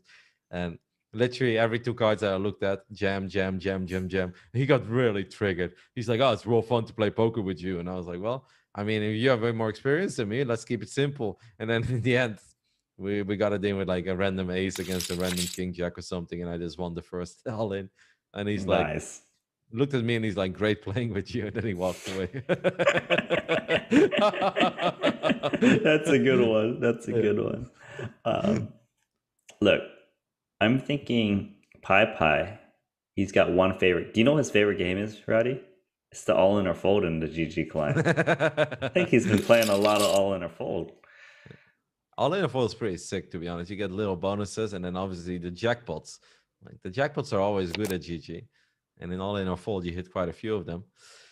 Juan Dominguez rivers a straight here, Nanonoko, very casually, as we are making jokes about all in or fold, and there's 1.7 million in the middle. You got bailed out here. Nice play. Don't think that's calling. I was going to say, so you know how all in fold's got that little bingo card or whatever, right? But Pai, when he plays all in fold, he doesn't go for bingo. He lets the other guys play bingo while he's just playing the premium. See the difference? He's got an edge. He's figured it out. I'm actually a little bit concerned here. Let's see. It shouldn't get too crazy. They're 30 big blinds deep, Roddy. What's the worst that can happen? You're a product of your own environment, Nanonoko.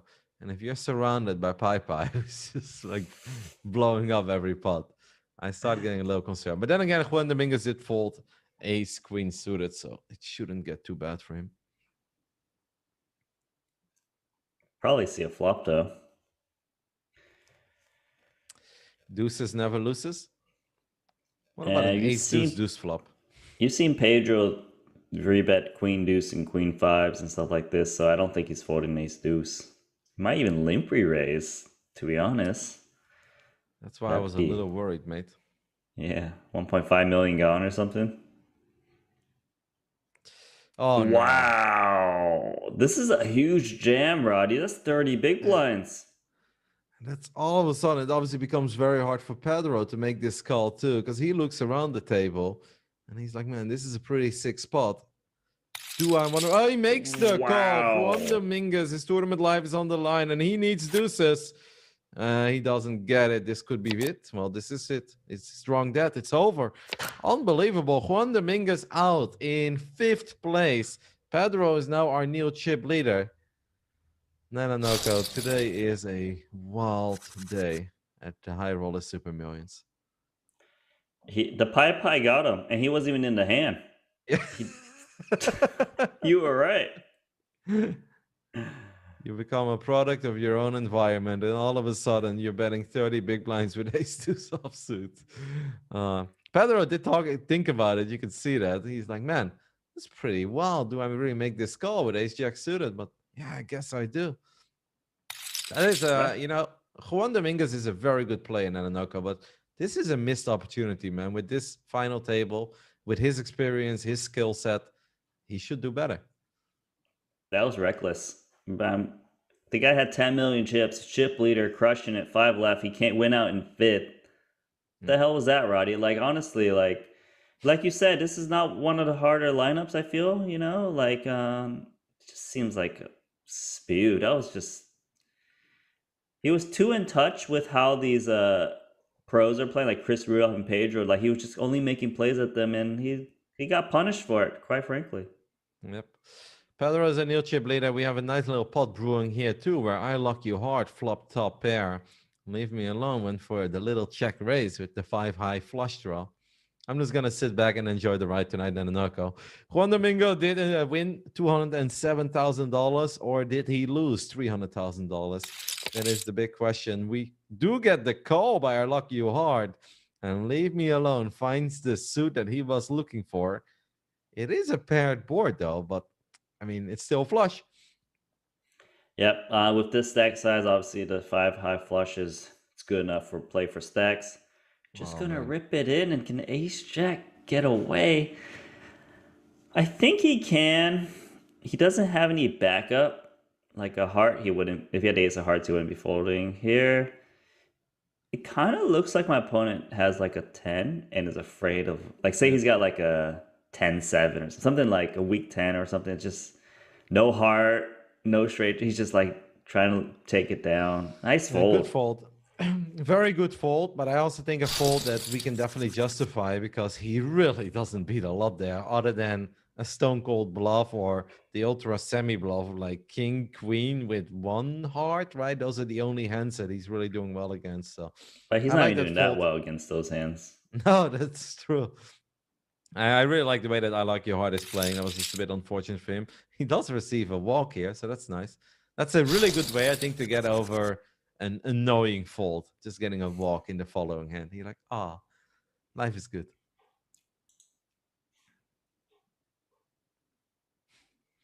Papa's like, I haven't raised in a while. Is it time for a good old 1.2 mil opening? He's like, no, I'll wait. We can needle his play all we want, but this guy, he's guaranteed $250,000 playing how he's maintained his stack, Roddy. How the hell do he maintain his stack? That's amazing for a guy, especially with 14% VPIP, and seems to have never actually gotten. Has he actually gotten all in and called? I don't think so. No, I mean he did go all in, and he got ace queen suited to fold against his ace queen offset. Yeah. But no, he's never been called. And let's not forget that he satellited his way in. So Pai has turned $1,000 into $250,000, and he's still on pace to make it a lot more. Next pay jump is almost 100K. It's like 80. It's pretty sick. Yeah, it is pretty sick. Like I feel like we need Pai at every final table now just to throw people off, see how everyone responds to him. Like I do feel like I said this before, right? But we are collecting all this data. We've got beautiful stats of all the players that played in the High Roller Super Millions, all the tables. Like it's really fun for us to look at. 1 year anniversary edition. Why? Instead of making it an open 10K and a big prize pool, why don't we turn it into a traditional good old 27 or 36 player sit and go? And then we just cast it all, Nananoko. Like we just handpick, we give them the option to participate if they want to participate. GG adds a little bit to the prize pool, and then we just have our 36 fan favorites. Romashka will be in there. Pai will be in there. Yeah, Pai punched a ticket in last second, right? Like he's just somehow made a big impression. No, I don't know what it is. I do hope they do something special for our 1 year anniversary tournament, like bigger prize pool, something, invitation, whatever it is. But I just hope it's something. At least a different background on the final table. Yeah, you know, maybe like... a Nananoko and Roddy teamed background. You know, we'll be the DJ in the back. All right. This has been a very adventurous hand. There is 1.4 million in the middle. King high is good. And these are the kind of boards, Nananoko, where if I have a king, I actually kind of believe it's good. That is a big bet, though. But if there's ever a time to hero call king high, it could very well be on a board like this, but it's still so many chips, so he lets it go. Yeah, and he's seen his opponent make this play with a top pair before, too, so it's pretty damn hard to call king high when you've seen that. Something's bugging me, though, Roddy. I gotta... Did the background change? Did it get darker, or was it just me, Roddy? I swear it was like daylight earlier. Maybe. It is daylight on other tables. I don't know if it changed here, but yeah, it's possible. Maybe after the break. It is dark. I feel like it has been dark since we started. I don't know. No, I don't know. I don't know, Roddy. It's bugging me now. I was pretty sure there was like it was well lit up. Maybe In our like they're pre-show, adjusting. or if you're playing a regular spring festival tournament, it is very bright. Like there's grass and it's definitely there is daylight and the sun is shining. I don't know if that was the case for the final table. I never know. Ace deuce Alrighty. opening from the button. I mean, 18 bigs. I don't think we have to do it with A7. I think it's okay though. If Let Me Alone raises a lot, which he does when he's got a big stack, you got a lot of fold equity. Is it mandatory? No. Is it good play? Probably. Pretty amazing day, by the way, for poker shares if Pai wins the tournament. Wait, so how much was bet on him? Like I remember, like it was so low. $109. And it was amongst a bunch of bettors too, so I think they got like an average bet of like $5 or something. Yeah, well, it's a good day for poker shares if he does take it down. I mean, most money was bet on Juan Dominguez, so I was part of that crew. Queen 7 raising from the small blind, making it 2.5. Actually, 2.7. Oh, by the way, Roddy, neither of us picked the winner today. Just throwing it out there. I know. I've noticed. To be honest, neither of us did very good. Both our picks dropped out before we went down to the final four. Yeah. It's not a good day. At least my guy looked like he was going to win it. Yeah, my guy literally did nothing. Pedro folded the Queen 10 there, so yeah, 1 down. Don't really hate that, right? Because if you call and then one of the other guys, the small blind or the big blind jams, it just becomes... Yeah, I agree. It's dead money. The guy opening has a shallow stack too, so the playability goes a bit down. Min bet. Nice call. Ace deuce makes the call and leave me alone. Does find a deuce on the turn. If he was worried that ace high was maybe chopping or he had a worse kicker, he doesn't have to worry about that anymore.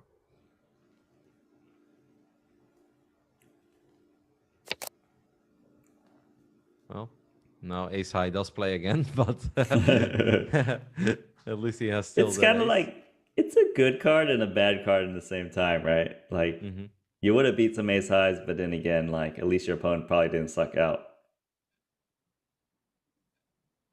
Goes check, check, and that means that Leave Me Alone adds 1.4 million chips to his stack, and he is now our new chip leader, as he has a few more chippies than Pedro from Brazil. So since you got 1 bet remaining, do you know how much you win on that one or what? Yeah, it's like 380 or something. I think it is 360. 360. Juan and Chris were both around 750. So. But you still positive if he wins. Yeah, of course. Not crazy positive, but yeah, basically $100 extra if you win. Okay, still looking pretty good. Yeah, I'd rather win it than lose it. Alrighty, 7-3 suited. Gonna make the call and much more playable, but the stack sizes are real shallow right now. I think good. What do you think about a jam over a C-bet, Roddy? You got a little straight draw, you got some backdoor action, you don't got many chips to play with. Your opponent obviously is gonna raise and C-bet any board. Think it's reasonable. I don't think it's a common play, but I mean, it's reasonable until the guy has like 8s, 9s, jacks, and then you hate your life. I don't know if I would have the courage to make that play. It would have been, then you're really stretching it. I feel like you're looking at a board and you're looking at the back doors and you're picturing a scenario where you do have 2 life cards. Like, yeah, then it becomes all right, but very risky, I think.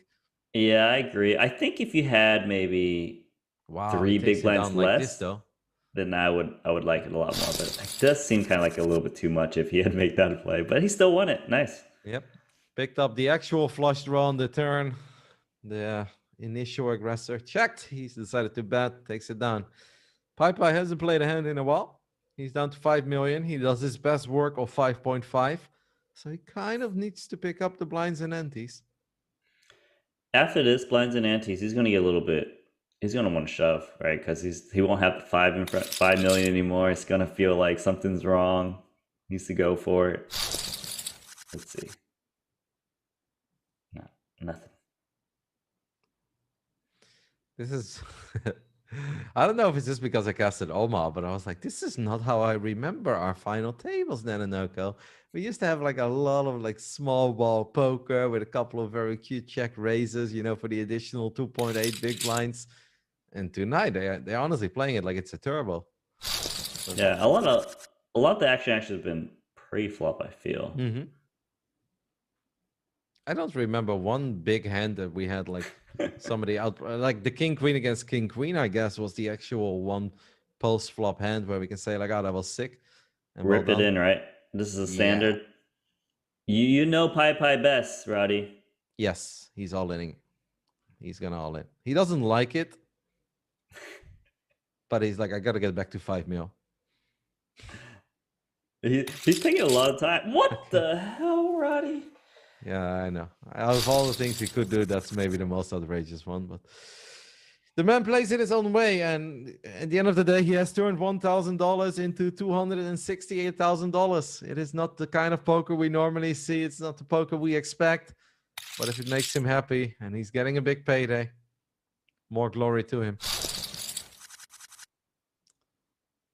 But I know the diehard poker player in you right now, Nanonoko, your heart is aching. You hate to see the falls that you have seen. I know. It's crazy because like you think with that stack size it'd be quite simple, especially small blind versus big blind. But yeah, I forgot how to play. I'm gonna study. I'm gonna study this one. I think I'm gonna learn a lot. It's time to fire up the 27 tables again, Nanonoko, like in your glory days. What's the most tables at the same time that you ever played? Maybe like 30 or something. I can't really remember, but generally I was like 24. Yeah, but if I had these curveballs playing, like I'd be confused. I would just shut down the session. I'd be like, I can't handle it. There's too many guys making such unreasonable plays. I won't know what to do anymore. When you played 30 tables, it was all full ring though, right? Full ring. No, actually, I always play 6 max. I don't play full ring. Oh, wow, you played 30 tables of 6 max? Yeah, well, usually I play 24, but it's just that I hate full ring. Yeah, but no, it's just I can't handle it. Yeah, I like to play hands. Kind of hate full ring too, but that's 6 max obviously goes quicker. I wonder though, like how many tables of regular 6 max equals like playing, you know, Rush and Cash or the Zoom equivalent of any website, because that takes so much of my attention. I feel like 4 tables of Rush and Cash, especially if you play Omaha, that feels just as intense as like 12 tables of regular Omaha. Yeah, I think the logic was one of those Rush and Cash would be 4 regular tables. Yeah, that's probably pretty close to that. I think you're right. Unlucky your heart taking down a little pot after drilling the 9 on the turn. Leave Me Alone is going to open things up here with his ace-jack offsuit. Obviously, we know that Pi still does not like to defend his big blind. He is playing all in or fold. No bingo here, unfortunately, but I mean, the actual real winner is still Pi. 1K into 268. On the other end, we had previous guys that made it to final tables firing 8 bullets and not making the money. So Pi is I want to, you know, it'd be really fun to actually just see all the hands throughout this tournament that Pi played, you know, where he won his big pots. That must have been right. Like we should have had a 30-minute pre-show about his hands because to really learn about this guy, right? Yeah, that's. I wonder how he plays level 1 of the tournament. Must be tough. Doesn't? What if he no, doesn't? he has. If he set a line, don't you have to play right away? No, absolutely not. You have a ticket in your account, and you can use that ticket whenever you want. So okay. Maybe he just waited until like level 14, and he's like late reg. He doesn't like to be too short. You know what I mean? He likes to make a big stack seem short. That's the thing. But He is quite the legend, though. He left so a did better impression. let's go check call from King 7 and then check, and now he's potted it. Beautiful play, huh? This is should work. This guy plays big pots too. Yep. Tough spot for Pedro. Pedro probably feels that this doesn't really make any sense, but that's still a lot of chips to be calling off with second pair, no spade. He makes Short the deck fold. specialist. Loving Oh, it. yeah, I forgot about that. Yeah, we haven't been talking about it for a while. All right, guys, that is going to do it for our second hour. We have lost Juan Dominguez. Everything looked so good for him, but he lost it all in two big hands. We're going to take a little break, and after that, we'll be back. 4 minutes, 40 seconds. See you guys soon. Hello, everybody. Daniel Granu here with some good news from the GGPoker Network. We've been preparing a promotion for the new year called GG Care. As any poker player might know, sometimes you find yourself in what we call unfortunate situations, you know, some ugly bad beats, right? Well, that's where GG Care comes in. GG Care will take care of you with huge prize pools available every day. Let's see how you can get your GG Care benefits.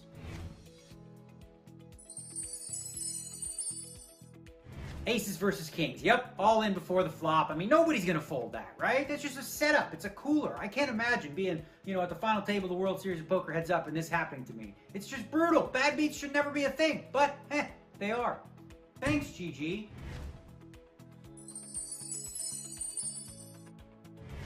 I flopped the top set. Very nice. Some fucking idiot chases a runner straight to suck out on me. Unbelievable. But in my darkest moment, GG Care was there. Thanks, GG. Flop the second nut set, the middle set on the flop. It's an impossible cooler. How can you be beat there? The guy has top set. Nobody's folding that. Sometimes it just feels unfair. Thanks, GG. As you can see, in the most unfortunate of situations, GG Care will appear for you. Are you curious how to get these benefits? Don't worry, you don't even have to lift a finger. First, simply enjoy the game as usual. Whenever something unfortunate happens, GG Care will be there. Secondly, when confronted with such circumstances, GG Care automatically will register you into a flip-out tournament with a huge prize. Just check the pop-up window. Thirdly, take a rest, have yourself a nap, get yourself a good night's sleep, clear your mind of all the bad beats, and when you wake up, the daily GG Care prizes will be waiting for you. That's all there is to GG Care. Pretty simple, isn't it? Just play the game as normal and GG Care will take care of you. And the prize money will only grow more and more in the future, so keep your eyes posted and good luck, everybody. I hope you don't have too many bad beats, but if you do, GG Care will be there. Thanks, GG.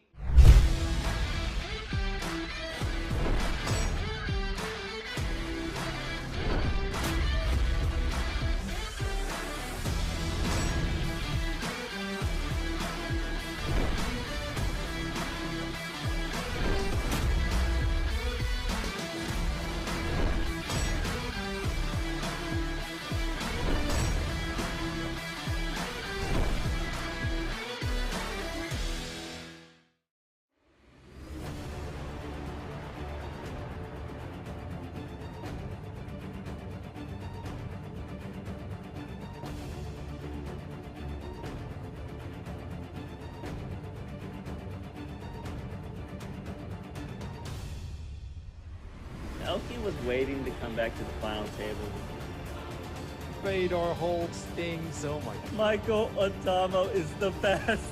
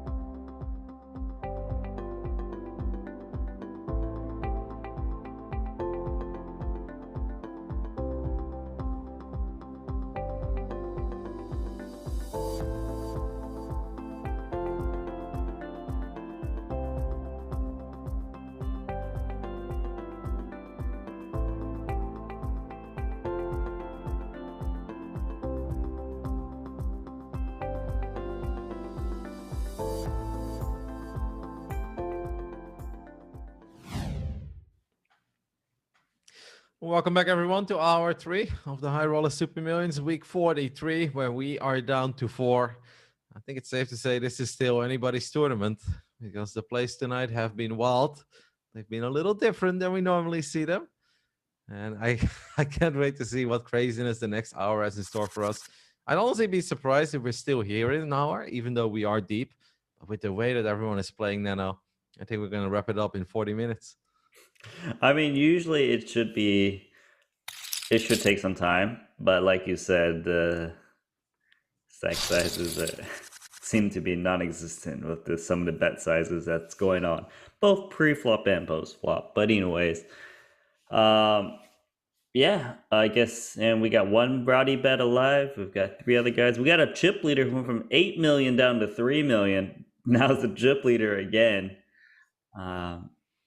Yeah, but if I'm gonna, my vibes are your favorite player so far of these 4. If you had to pick, is I Lucky Hard. I think you've been pretty impressed with him. I think he just plays well. I really don't feel that he's done anything very wild. Is this tell me, Roddy, you're into Pie's hand.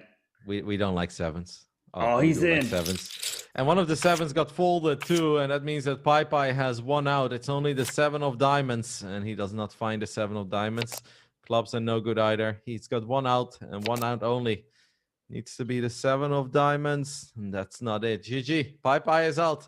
And just after I started my speech of I think it's going to be explosive, we are down to 3. Still an absolutely magical run for Pie. Turned $1,000 into over 250K. Congrats to him. And also congrats to the remaining 3, because now the next payout is 384 or 48,000.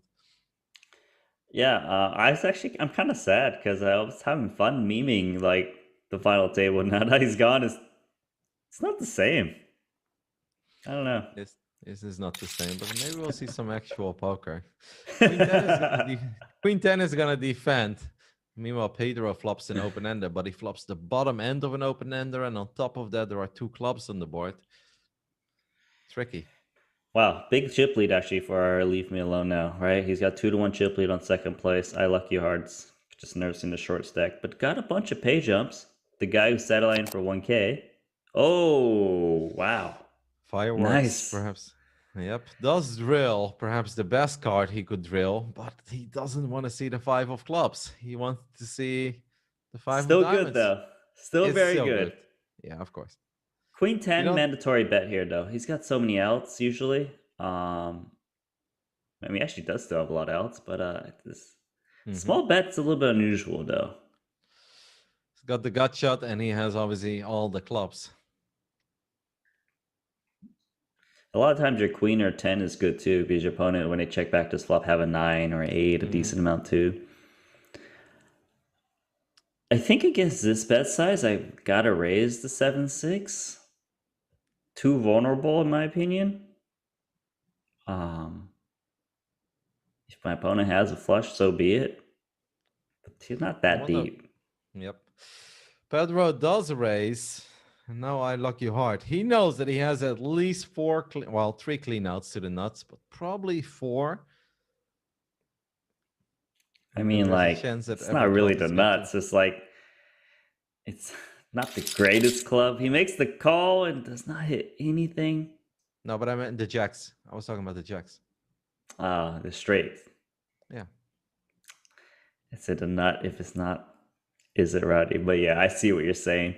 Well, the jack would give him the clean. Oh my god. What? That's an insane bet. Turns his hand jam into a bluff. Pedro has 7-6. Obviously loses to Jack 10, loses to a flush. Beats the bluffs, right? His hand is basically a bluff catcher. Well, this is what I'm thinking if I'm Pedro. I'm like, okay, this guy, he led small on a turn, called my raise, but why is he jamming now all of a sudden? Like, why didn't he just jam the turn? And it's, it doesn't make that much sense, to be honest, Rowdy. Like, makes the call. I mean, I'm impressed by that call, man, because there's still so many hands that beat him. But he makes the correct call, and that means that I Luck You Hard is now eliminated in 3rd place, and all of a sudden we are heads up, and it's pretty even. 17 million against 14 million. sure, a little advantage for left me alone, but we know that this can change in literally one hand. I'm impressed by that call, Nano. Like you say, the bet doesn't make sense, but Jack 10 would probably play like that, no? The reason I don't think so is I mean it's possible, of course, but like Jack 10 needs to be a little bit worried about the flush getting there, right? Because you know you bet small, you get raised, and all of a sudden you bet yourself, and you know maybe your opponent's making a play of a single club. Like why would you stop him from bluffing off his stack? Like it's a wasn't a standard line either. It was such an unusual play, and it was a great call from Pedro. Was it easy call? No, but I think his opponent's line didn't make that much sense. And when you think about bluff catching and your opponent's line doesn't make that much sense, you're definitely going to hit call a lot more often than the fold button.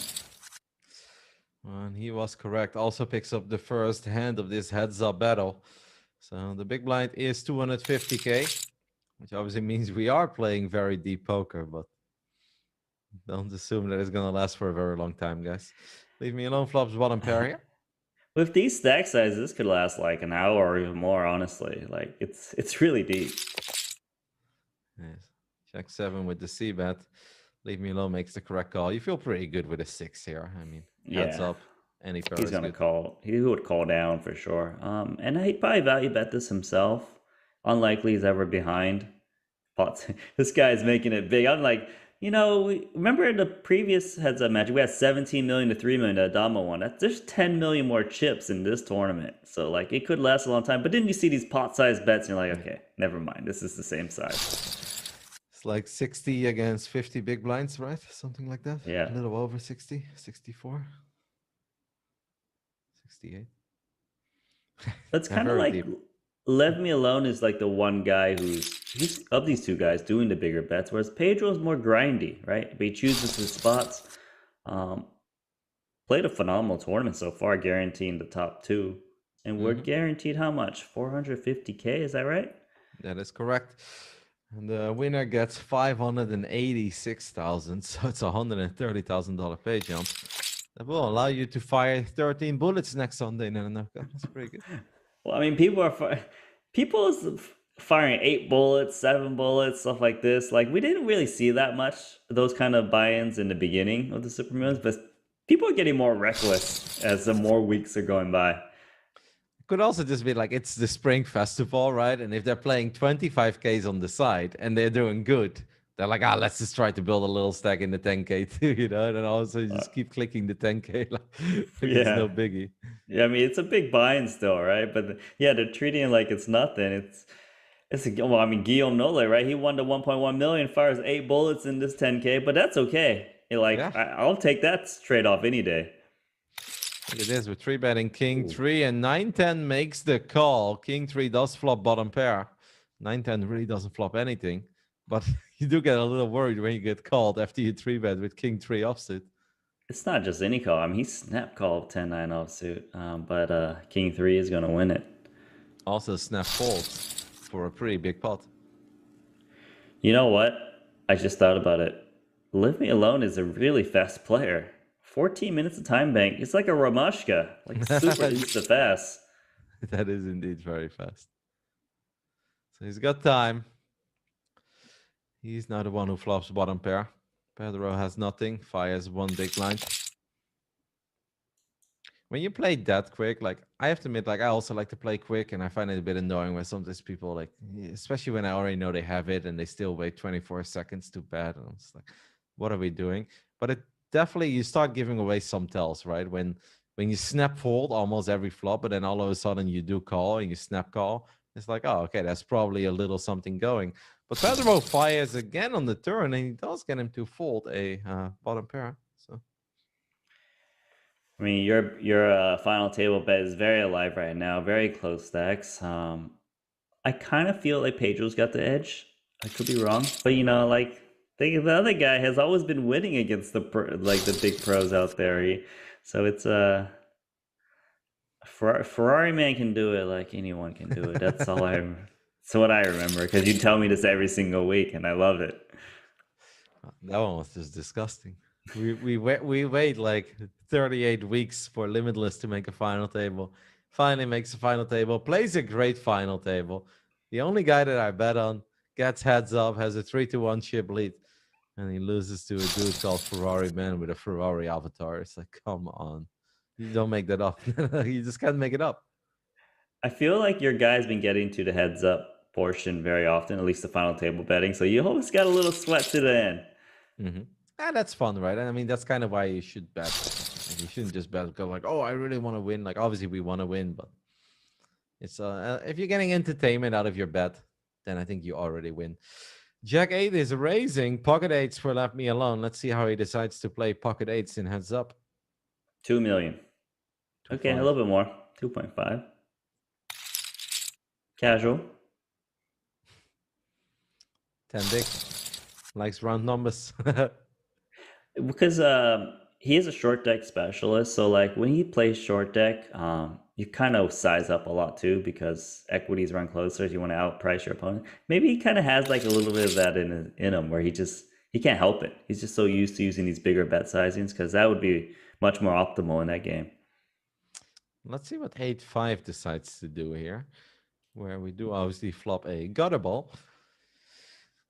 Can't fold. I would definitely be at least calling. He's thinking about check raising. I think that's coming. There we go. That's a sick play, man. How did you know he was gonna do that?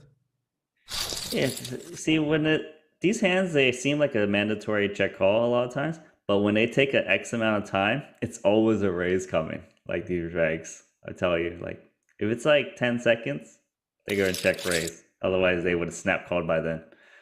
But it does suck a little bit to raise there if you then get raised again, though. Like you 3-bet and they 4-bet. I agree. Something you'd think about is if it's a flush draw on the board, how draw is the board? The less connected the board, the more unlikely you won't be getting 3-bet on the flop. Because like, let's just say Leave Me Alone had a set, right? Like he's not going to raise that flop again because of how draw it is, how not draw it is, right? It's such a rainbow and you got position. So you can kind of, when you go for a check raise there, you're like almost guaranteed to see the turn no matter what. But now you also pick up the fold equity. Look at this one. Could be fun. Flop the open ender. Oh, fun. What a dream card for Pedro. Let's see how he plays this one out. I don't know how Pedro's going to lose this. Oh my God. It's the straight. I was going to say, I thought Pedro's going to definitely ship this tournament given the way things are going. This could be real bad, man. This could be real bad. Oh, for sure. I love it. Nanonoko can't even finish the sentence. I don't know how Pedro's going to lose his hand. Bam. I was actually thinking how he's going to lose this tournament. But now I'm thinking he might lose this tournament because it's 1.9 million. Leave Me Alone does strike me as a guy who was still raised despite the flush getting there. That's real bad. Pedro. He just calls. Pedro got off lucky there. In a way, Pedro got off easy. I mean, obviously, he's going to see his river card. And he's going to be like, that's so sick. But that could have been a whole lot worse for Pedro. Yeah, that could have been really bad. Or imagine, like, say, Leave Me Alone bets the turn and then Pedro just calls and he hits the jack. Like, that could have happened too. All sorts of funny scenarios. But nothing wrong with just calling there with the straight because the flush is definitely very live. Yeah, safe. But I tell you, if he raised, Pedro would have paid that off 100%. Yeah. No, I'm with you. I'm surprised that pot stayed as quote-unquote small as it actually was. I mean, still 6 million. So there were 20 big blinds in the middle. But straights against straights and heads up, those got pretty gnarly. And they were completely different straights too, right? It wasn't the 4-card straight on the board. So. It was like the disguised ones. Oh, ace-8 offsuit against ace-king suited. 2 point. Never mind. I forgot. Okay, 3 million. Let's go. Pedro, do you just want to just punt it off and just, I don't know, I wouldn't say punt. Just go for, with these sizes though, it kind of becomes an all in or fold situation. Yeah. But it's a lot of big blinds. Like, good fold. As suspicious as you are, like, who just tosses in 40 big blinds of ace-8? 4-3 suit against pocket threes. You don't often think that you have an overcard if you're playing 4-3, but you do. That's a really bad flop for both of them. Pedro might think, am I getting trapped here? A little bet would get it done, Pedro, but it's hard to find it. A little bet would get it done. You're not gonna win with 4 high. You were playing the board, so Yeah, but it kind of looks like his opponent's got like a jack, an 8 or something. I don't think those hands are ever folding. We'll see if he bets. but why wouldn't they bet then? If he had a jack or an 8, why wouldn't he bet the turn? Or the Oh, flop? but the 2 million into 1.3, that is a beautiful play. Yeah. I don't feel like he had a jack or an 8, because don't we bet our pairs if we play Probably heads up? jack's unlikely because it probably would have bet the turn by now. And 8's definitely still in play. I think that's why Pedro actually opted for the overbet. I think he wanted to try to make sure the ace highs and the 8s fold. Nicely played though. Very nicely played. Does not flop anything here. Leave me alone. Is betting with his king jack. I'm sure Pedro feels that his opponent doesn't have much, but neither did he. I feel like Pedro is now actually just kind of picking his spots carefully, right? You can see that he's clearly thinking about it, and he wants to make sure he doesn't make any big unnecessary missteps. Yeah. I think it's because Love Me Alone, he can do some quite large sizings. So he might be thinking I can wait for him in some spots, but like the truth is if you do that for too long, you become like a 25 big blind and then like it kind of backfires. So you still need a battle. And you don't want to battle this hand though. Your opponent has 2 pair. He's gonna battle, isn't he? Wow, that's a big bet. Hot. It is an ugly 2 pair, but yeah, we do still obviously make a very quick call. I think Left Me Alone will gladly just see this go check on the river. He's got 2 pair. There is over 6 million in the middle, so we're playing for a pot of 21 big blinds, and all that Pedro has is king high. He will not go for it this time. The 2 pair of Left Me Alone is good, and he takes the biggest chip lead we have seen in this heads-up match, 20 million against 10 million. I feel bad for saying that Juan and Pedro were a guaranteed lock. Just a little bit. But I think even in heads up, this doesn't mean that much. Like once it starts getting like 16-4, then I feel like, okay, now it's starting to look really bad. But 10 against 20, we see this flip flop like every second day. And 2 million chips going over to Pedro pretty soon. Potentially more. I don't like it when you say that, though. No, come on, with a deuce. Come on, look at this board. There's no way the deuce wins, okay? Hey, you're actually going to get 700k more chips. Nice. Yeah. Ace of clubs rolls off on the river. I mean, Left Me Alone has to know that, or doesn't have to know. He still has a pair, but yeah, still the best hand a lot. Nah, come on. You beat the 10 jacks, the king jacks, the 6 sevens. A lot of hands, actually. Okay, that's fair. That's fair. You got to be more confident in your Pedro, okay? He's got 12 million chips. He can definitely come back. You got money on him. Oh, no, I'm confident. Like I just said, like 10 million against 20 million, I don't think is anything that's impossible. Obviously, it's never easy. You'd rather have the chip lead. And that 6-8 hand was obviously supposed to be the hand where Pedro was going to get paid. Instead, he's the one who gave away the lead, but could have been a whole lot worse. I'm going to be that guy. I'm like, but he was behind on the flop. Yeah. You do always have those guys. Pedro was like 6-10 was very good for you. Let's see if it's good for me. Yeah, let's start floating. Let's see if I can hit some. Nah. What are you thinking about, Pedro? I was gonna say, don't do that. Would have been the wrong moment. We do like these open-ended straight draws with an overcard in heads up. Left Me Alone would not have gone anywhere. I'm waiting for the little setup, mate. I'm waiting for my ace king against ace queen. It's a bit of a setup right now. It's a little semi setup. Weak kickers, but it's top pair. And to be fair, it's still going to be quite a large pot because Left Me Alone, he bets big. Check raise. Real bad. It's really bad, Roddy. It is really bad. Can't really be going around folding top pair and heads up. This is obviously a weak top pair because the kicker is irrelevant, but do make the call. The board pairs, which is in a way not that bad for Pedro, because now if just a jack or a king or an ace or a queen or a seven rolls off, A at lot of least chop outs, actually, now yeah, that you mention all of them. that's Nope. not one of Oh, them. it's not it. That is not one of them. That's a bad river card for Pedro. Especially now Left Me Alone is betting. Oh, makes the call. Top pair no good here as the 10 plays. And things are starting to look worse and worse for Pedro. Left Me Alone, the man who came in as a chip leader, now has 23 million chips.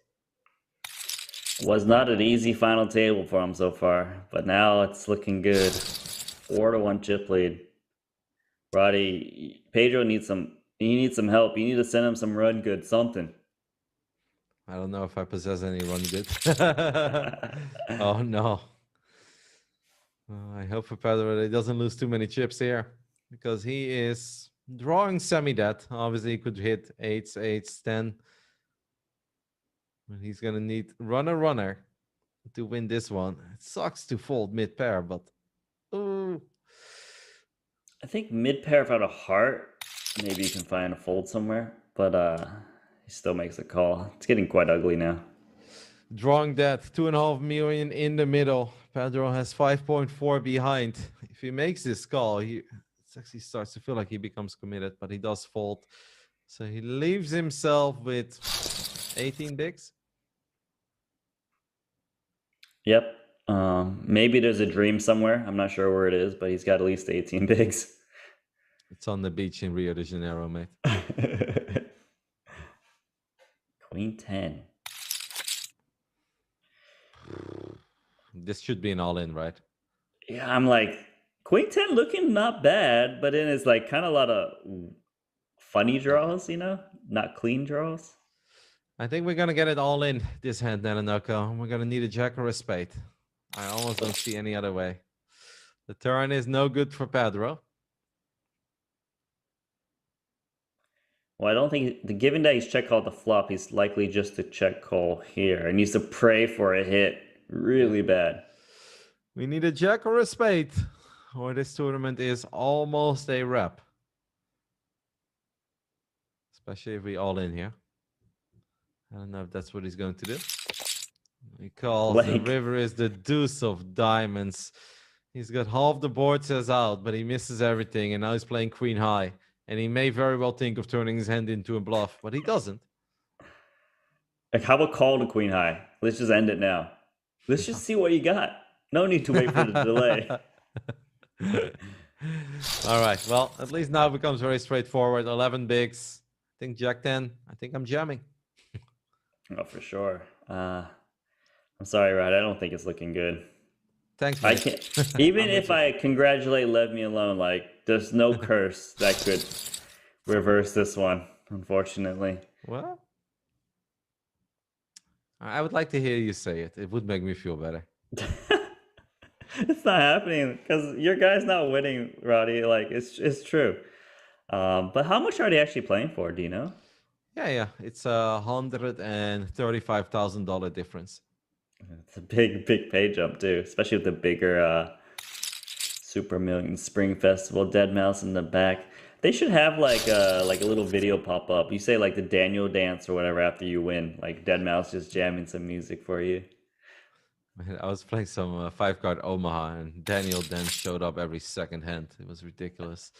Uh-oh. Open-ended straight draw for Left Me Alone. Still ace high for Pedro, but obviously it's a good ace high. Limped ace king. He might get punished here. Oh. It's a spicy not over. card, right? No. Yeah, it's really spicy. A 9, an ace, a king, a club. All the outs. If this is another deuce of diamonds, come on. What are these runouts, GG? What are these runouts? He might actually pay this off. Yeah, he might. He does. Wow, just everything the wrong direction. Oh, look, I got run out. Sorry to the PLO Russian cash players. You are not getting some free monies from Roddy today. It's not happening. No, I think we're on a 1-2 PLO hiatus. Leave me alone. Limbs. I'm gonna raise it up with the 10-7. Let's take Nice. this one down. So still 12 big blinds. Oh, this is bad. This is bad, guys. Queen Jack offsuit. It's As a over. short stack, all in into aces. Aces with the snap call. And we're gonna need some well, we're gonna okay, it's a start. A queen or a jack?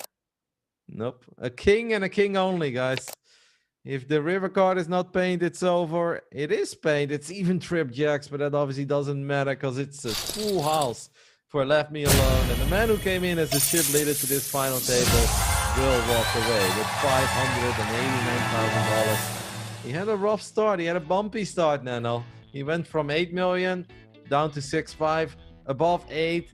Then it started going down real quick. But do you remember the one hand that turned it all around for him? Which one are you talking about, Roddy? Jack 7 of diamonds against the queen of diamonds of Juan Dominguez. That's really where everything flipped. Because he was at 3.6 million starting that hand. And then all of a sudden after that hand, he was above 8 again. I don't know if that doesn't make sense, but maybe there was some extra money with the blinds and antes. And I feel like at that point on, just everything went his way. Yeah, I mean, at one point, five-handed, Juan Dominguez looked like he was going to ship the tournament. He's the star of the table. He lost a lot of chips in that hand. I wouldn't say that's a punt, but it was the river was it's a big bet and he lost it, of course. But I feel like the big punt from him was the ace deuce that he limp jammed 30 big blinds into our second place finisher. Really felt unnecessary. He could grind at the table a bit more, like look for some spots. I even like limp re-raising folding way more than limp jamming, you know, make it like a 1.5 million fold to the rest. Like, I don't know why he did that. It was a disaster. And that's the difference between winning 200K and maybe winning 500K, right? It's a very big difference. But that's what happened to him. I do feel like a little star of our show today, even though he only got 4 plates, was Pai Pai. This guy was opening up to 6 big blinds, 9 big blinds, 10 big blinds, all in, folding crazy hands pre-flop. Like, but you know, he only played, he paid 1K to play, got $250,000 back. And you know what? Despite it's not the way I would play, it's not the way you would play, it's not the way a 99% of poker players, maybe 100% besides himself. He might be the only guy in the world of poker who plays like that. But you know what? He stuck to the way he likes to play. If it works for him, it works for him. You know, you pay the money to play. You get to play however you want, right? Like, just because maybe one way technically is better, if it makes you happier to play the way you enjoy, then that's what you should do, right? For some people, poker is, it's about making money. For some people, it's about having fun. It's a bit of both for others, too. So, you know, it was refreshing to see. A very big curveball for everyone. And it was cool. But in the end, left me alone. He was big bet sizes. He was a short deck specialist. 8 million to 3 million to somehow just shipping the tournament. I actually didn't expect him to ship it when he got all the way down to 3 million. It just seemed like a disaster. But you know, he played all right though. Like his big bet size is high variance, but he got some big folds from his opponents too, especially in the heads up match. I think his opponent was folding queen 10 and stuff like that. Nice. I'm with you. I do think that Pedro played a pretty good final table. Like, I think the ace-jack call that he made wasn't easy. And then eventually when he made the call with the 7-6, that wasn't an easy call either. So I feel like in the difficult spots, he often was right. That heads up was just a setup, man. Like, that's so sick. And like every second hand, he's got 17 outs to hit. And the runner is the deuce of diamonds, the 6 of hearts. Is just... That man couldn't hit anything. And then when he gets queen jack, 11 bigs, you're like, all right, let's get it in. If you get called, you're like, all right, what do you have, man? 7s, 8s, 6s, are we flipping? No. He's running into aces. It's like, all right. Sometimes it's just not meant to be in Ananoka. Yeah, it's a nice hand to win. Pocket aces in the heads up. I don't know if they're still doing that that little promo thing where you gotta pick the hand winner or whatever, but like, if that was live, someone definitely won 2 aces. I mean, like, come on. Like, there's always those guys that pick 2 aces to win the tournament. I don't think we were running that today. We were running a lot of different promos, but not that one. Well, that is going to do it for us. I do think also maybe Unlucky Heart is a notable mention tonight. I feel like he played really well. Unfortunately, when we got down to 4, he couldn't really make a lot happen anymore. But I kind of like the way that our Austrian player played. Yeah, I thought he was definitely a strong player. He wasn't one of the real name players, but definitely a great performer. I almost forgot the first 3 or 4 guys that busted because they went out so quick. My guy didn't play a single hand, but he was card dead, but normally he was definitely a great guy to watch. Anyways, Spring Festival still going on, Rowdy. Obviously, there's lots of weeks. 25Ks, 10Ks happening all the time. We're not streaming all of them, but like if you're bored, check out the rail. That's what I do. I always like to check out the 25K. I like to see who's in for 7 bullets, who's in for 5 bullets. That's what makes me laugh a little bit, but it's been fun. I'm actually kind of sad that we didn't broadcast the final tail of the 25K, because that would have been a lot of fun, man. Like, that would have been proper cool, because those ICM spots, they become real serious, even for the big grinders online. So I think it would have been really cool. Love watching the bubble. But yeah, guys, obviously just check it out, the Spring Festival. There is a little tab in the client, and you guys can see all the tournaments. There's always low, medium, and high buy-ins. So you guys can play poker all day, every day, 24/7. That's going to be it for us today. Obviously, we'll be back same time, same place next week, which is 7 p.m. Central European Summertime, around 1 p.m. on the East Coast and 10 a.m. on the West Coast. Very early for Nanonoko, around 6 or 4 or 5 a.m. for him every single day over there in Australia. That's going to do it, mate. Any final words? See you next week. I hope we get some more curveballs. It's always something new that's fun to watch, Roddy. I think it's a perfect way to end it. Thank you guys for tuning in, and see you next week.